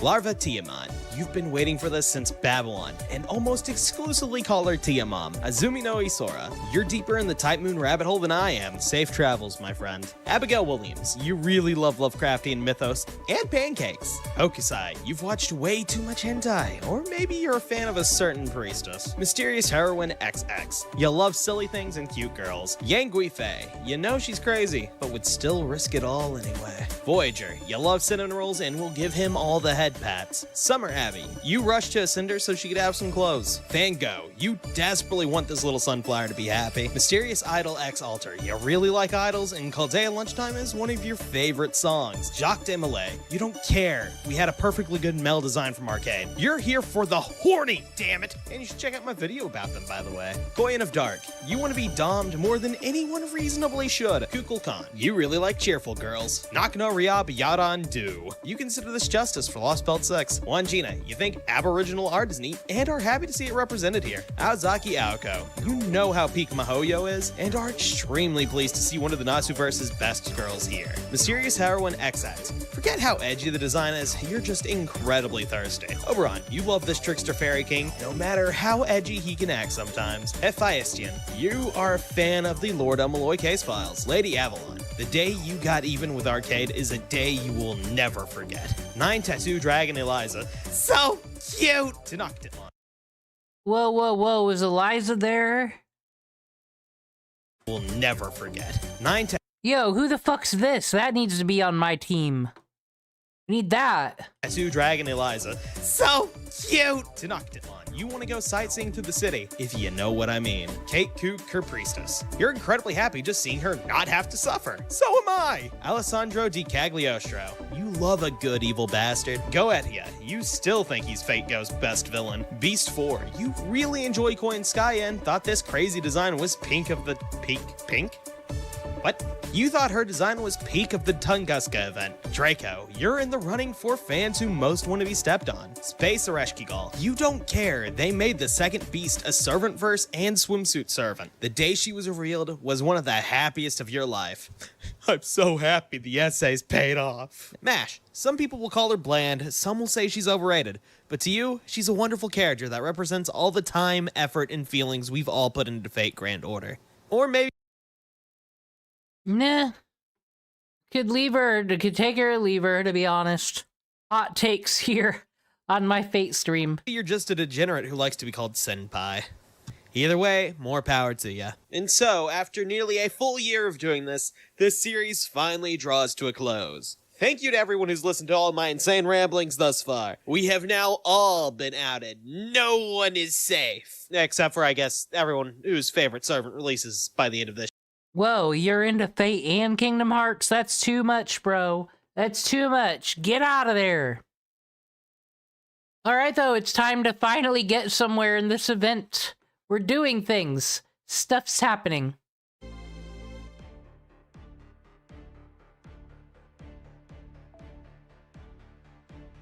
This quest has no battles. Let's see what's happening with the folks.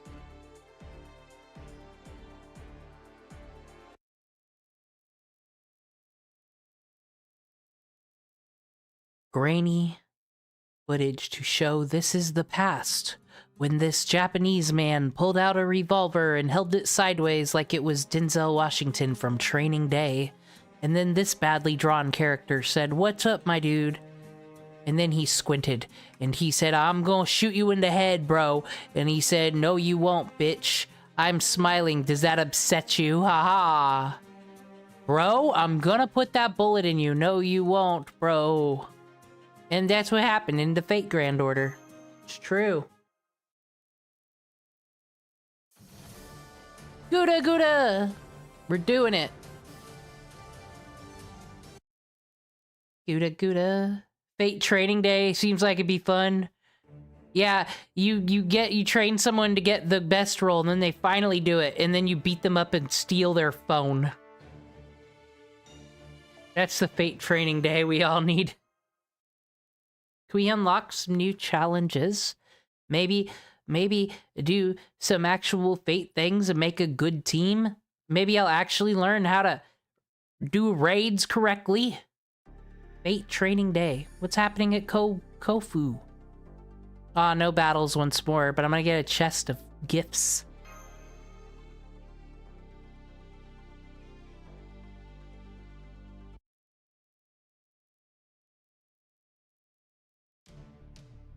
Everyone here is too well dressed. I'm still wearing my Calidalia uniform. I cannot sit amongst these people and their professionalists and these Nobus in their cars, driving their fancy vehicles, acting to crazies. Someone needs to watch after these Nabus, quite honestly. They just be going around town acting like they own the place. And that's how we got in this position.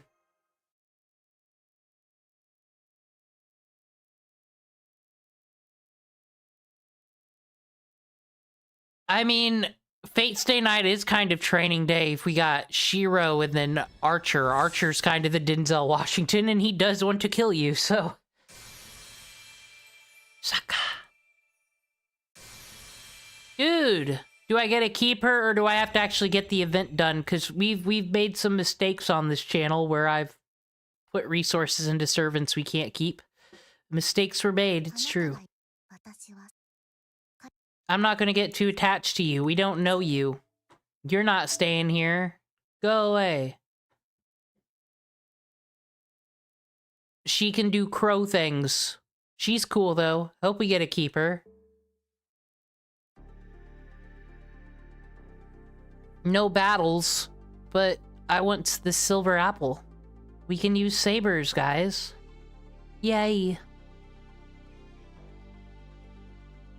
We use the good sabers, overtrack Shinji Muramasa, of course.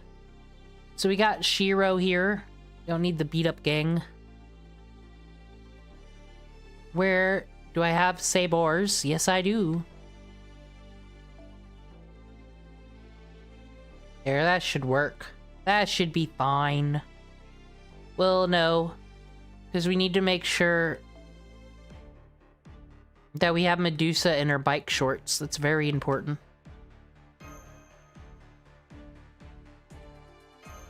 I don't know what's going on with these CEs. We're just a mess. I also want... this one. No, actually, this one's the one we need. We need Eye of Medjed. This is the training day. Let's roll out!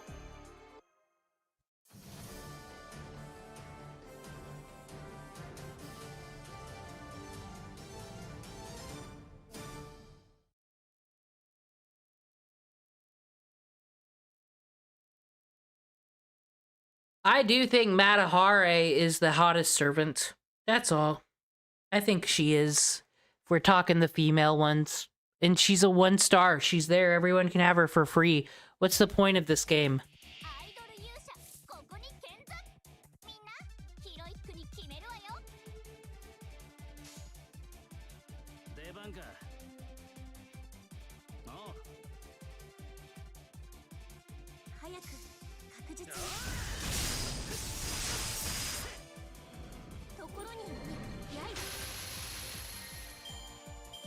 Okay, so we know that they drop cookies here.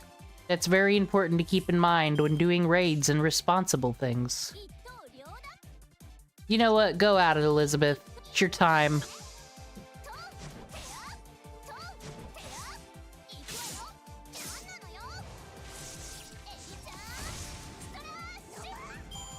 I can't believe Swineb. Dude, no, actually, I can't believe the winner of Pokemon Smash and Pass versus Fate was goddamn Ishtar. Gross.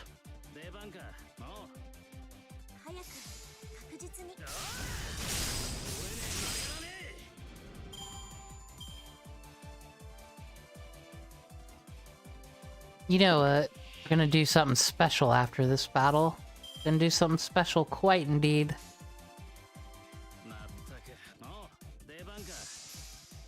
Oh, that arts combo.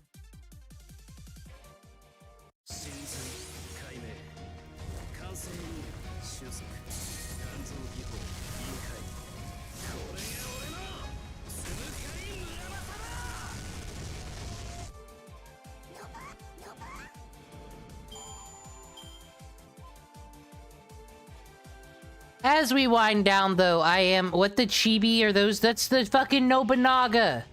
He invented Japan. And this Frenchman and that guy. And then a motorcycle came in. Learn your history, you ignorant. God. Do I gotta tell you everything? Oh, dude, now it's unlocked. Ha ha! Someone's getting Elizabeth. Oh, she's not even leveled up all the way. What the fuck? We need to get some leaves of evocation. I'm gonna be responsible and start logging in every day so we can have the nice things again, guys. We were riding high there early in the game. All the easy draws. Things were looking up. And then some way we lost ourselves. It's probably because Elizabeth Bathory won't put on any clothes. And she walks like that. That's probably why. Get over, little Nobu.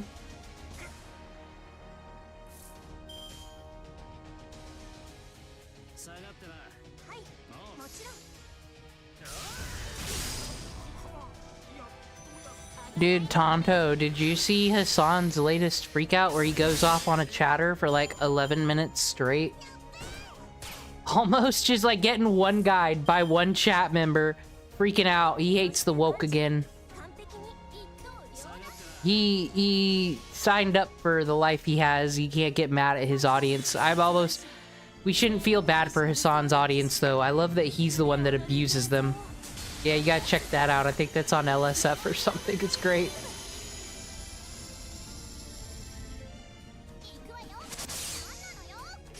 Yep.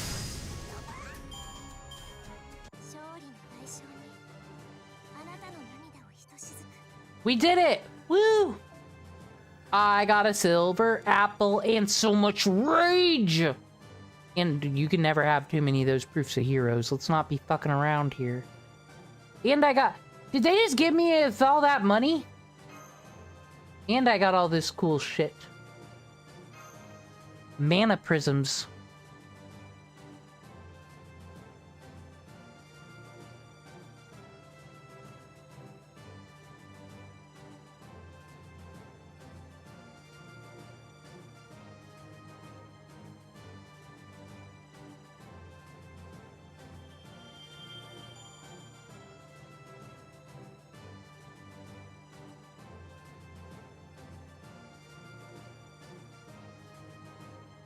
Wait, what? Caleb Hammer says iDubbbz is broke and sold his house at a loss. I forgot Caleb Hammer's streaming now and talking shit about poor people.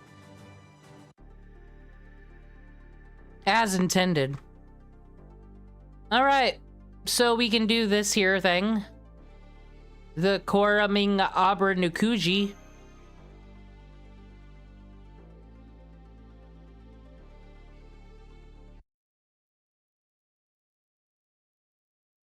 Maybe it's on you. I don't know. I was watching Nicholas Diorio watching it. The king went off.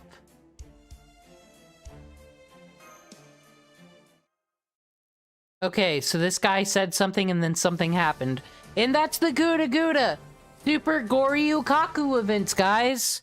And if you do something insane What insane thing could you do? I don't know. Shut up! You're weird. Get out of here, Takeda. Takata.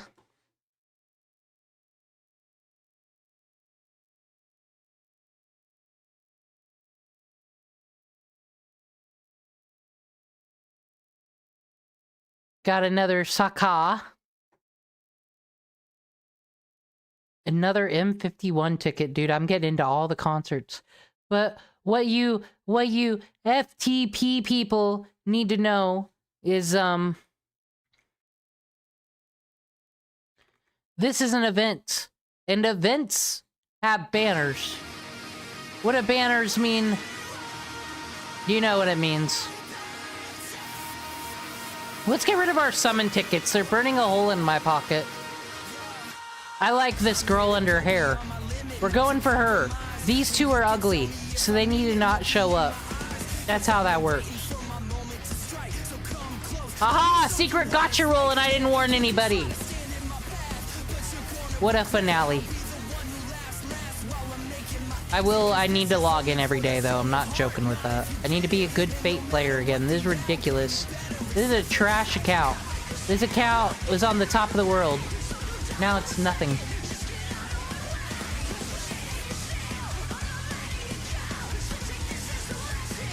So far, trash.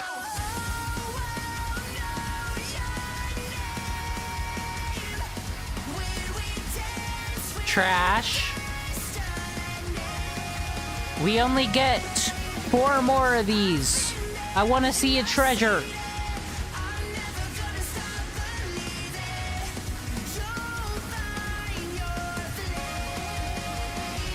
Cole Portnoy doesn't even know we're doing this.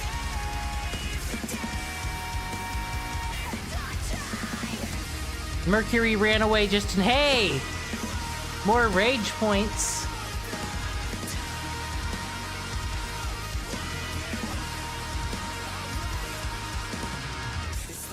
And double vision. Okay, we got... I'll take another one of those, though. Hey, we got a 5-star! You did it, Find Your Flame. That one's new, too. That's pretty cool, I guess. That'd be cool to max out. One more. We only got one more ticket.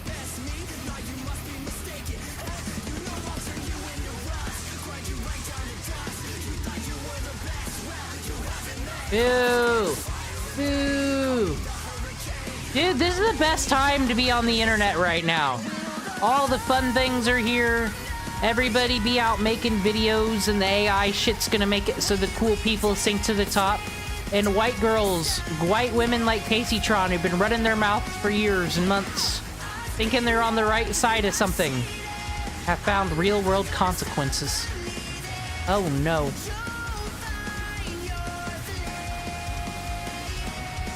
Well, it sucks that I don't have summon tickets. I remember when I had those.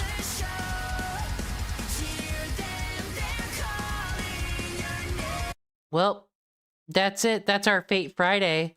Next Fate session, we'll be back to Babylonia. Actually, I might do some more of that event. I'll do one of those morning grinds, or I'll be working on it as I stream something else, and I'll focus. I promise. I'll be good. I'll be a good Fate player. That's my Christmas present to you all. I will get good. I will get all the waifus again. We'll do better rolls than whatever that trash was. That Kirei Kodamine. Bleh. Spit on it, I do. But yeah, that was our Fate fun. I hope everybody enjoyed Smash vs. Past Pokemon. We learned that Gigguk should be canceled because his point of views on Fate is garbage. That's what I got out of today's stream. Thank you, everybody, for showing up and having a good old time, and I hope you really enjoy your weekend. Also, if you can find my Discord, join it. I talk about watching some Fate movies on there. Be playing some video games, some stuffs. Goodbye.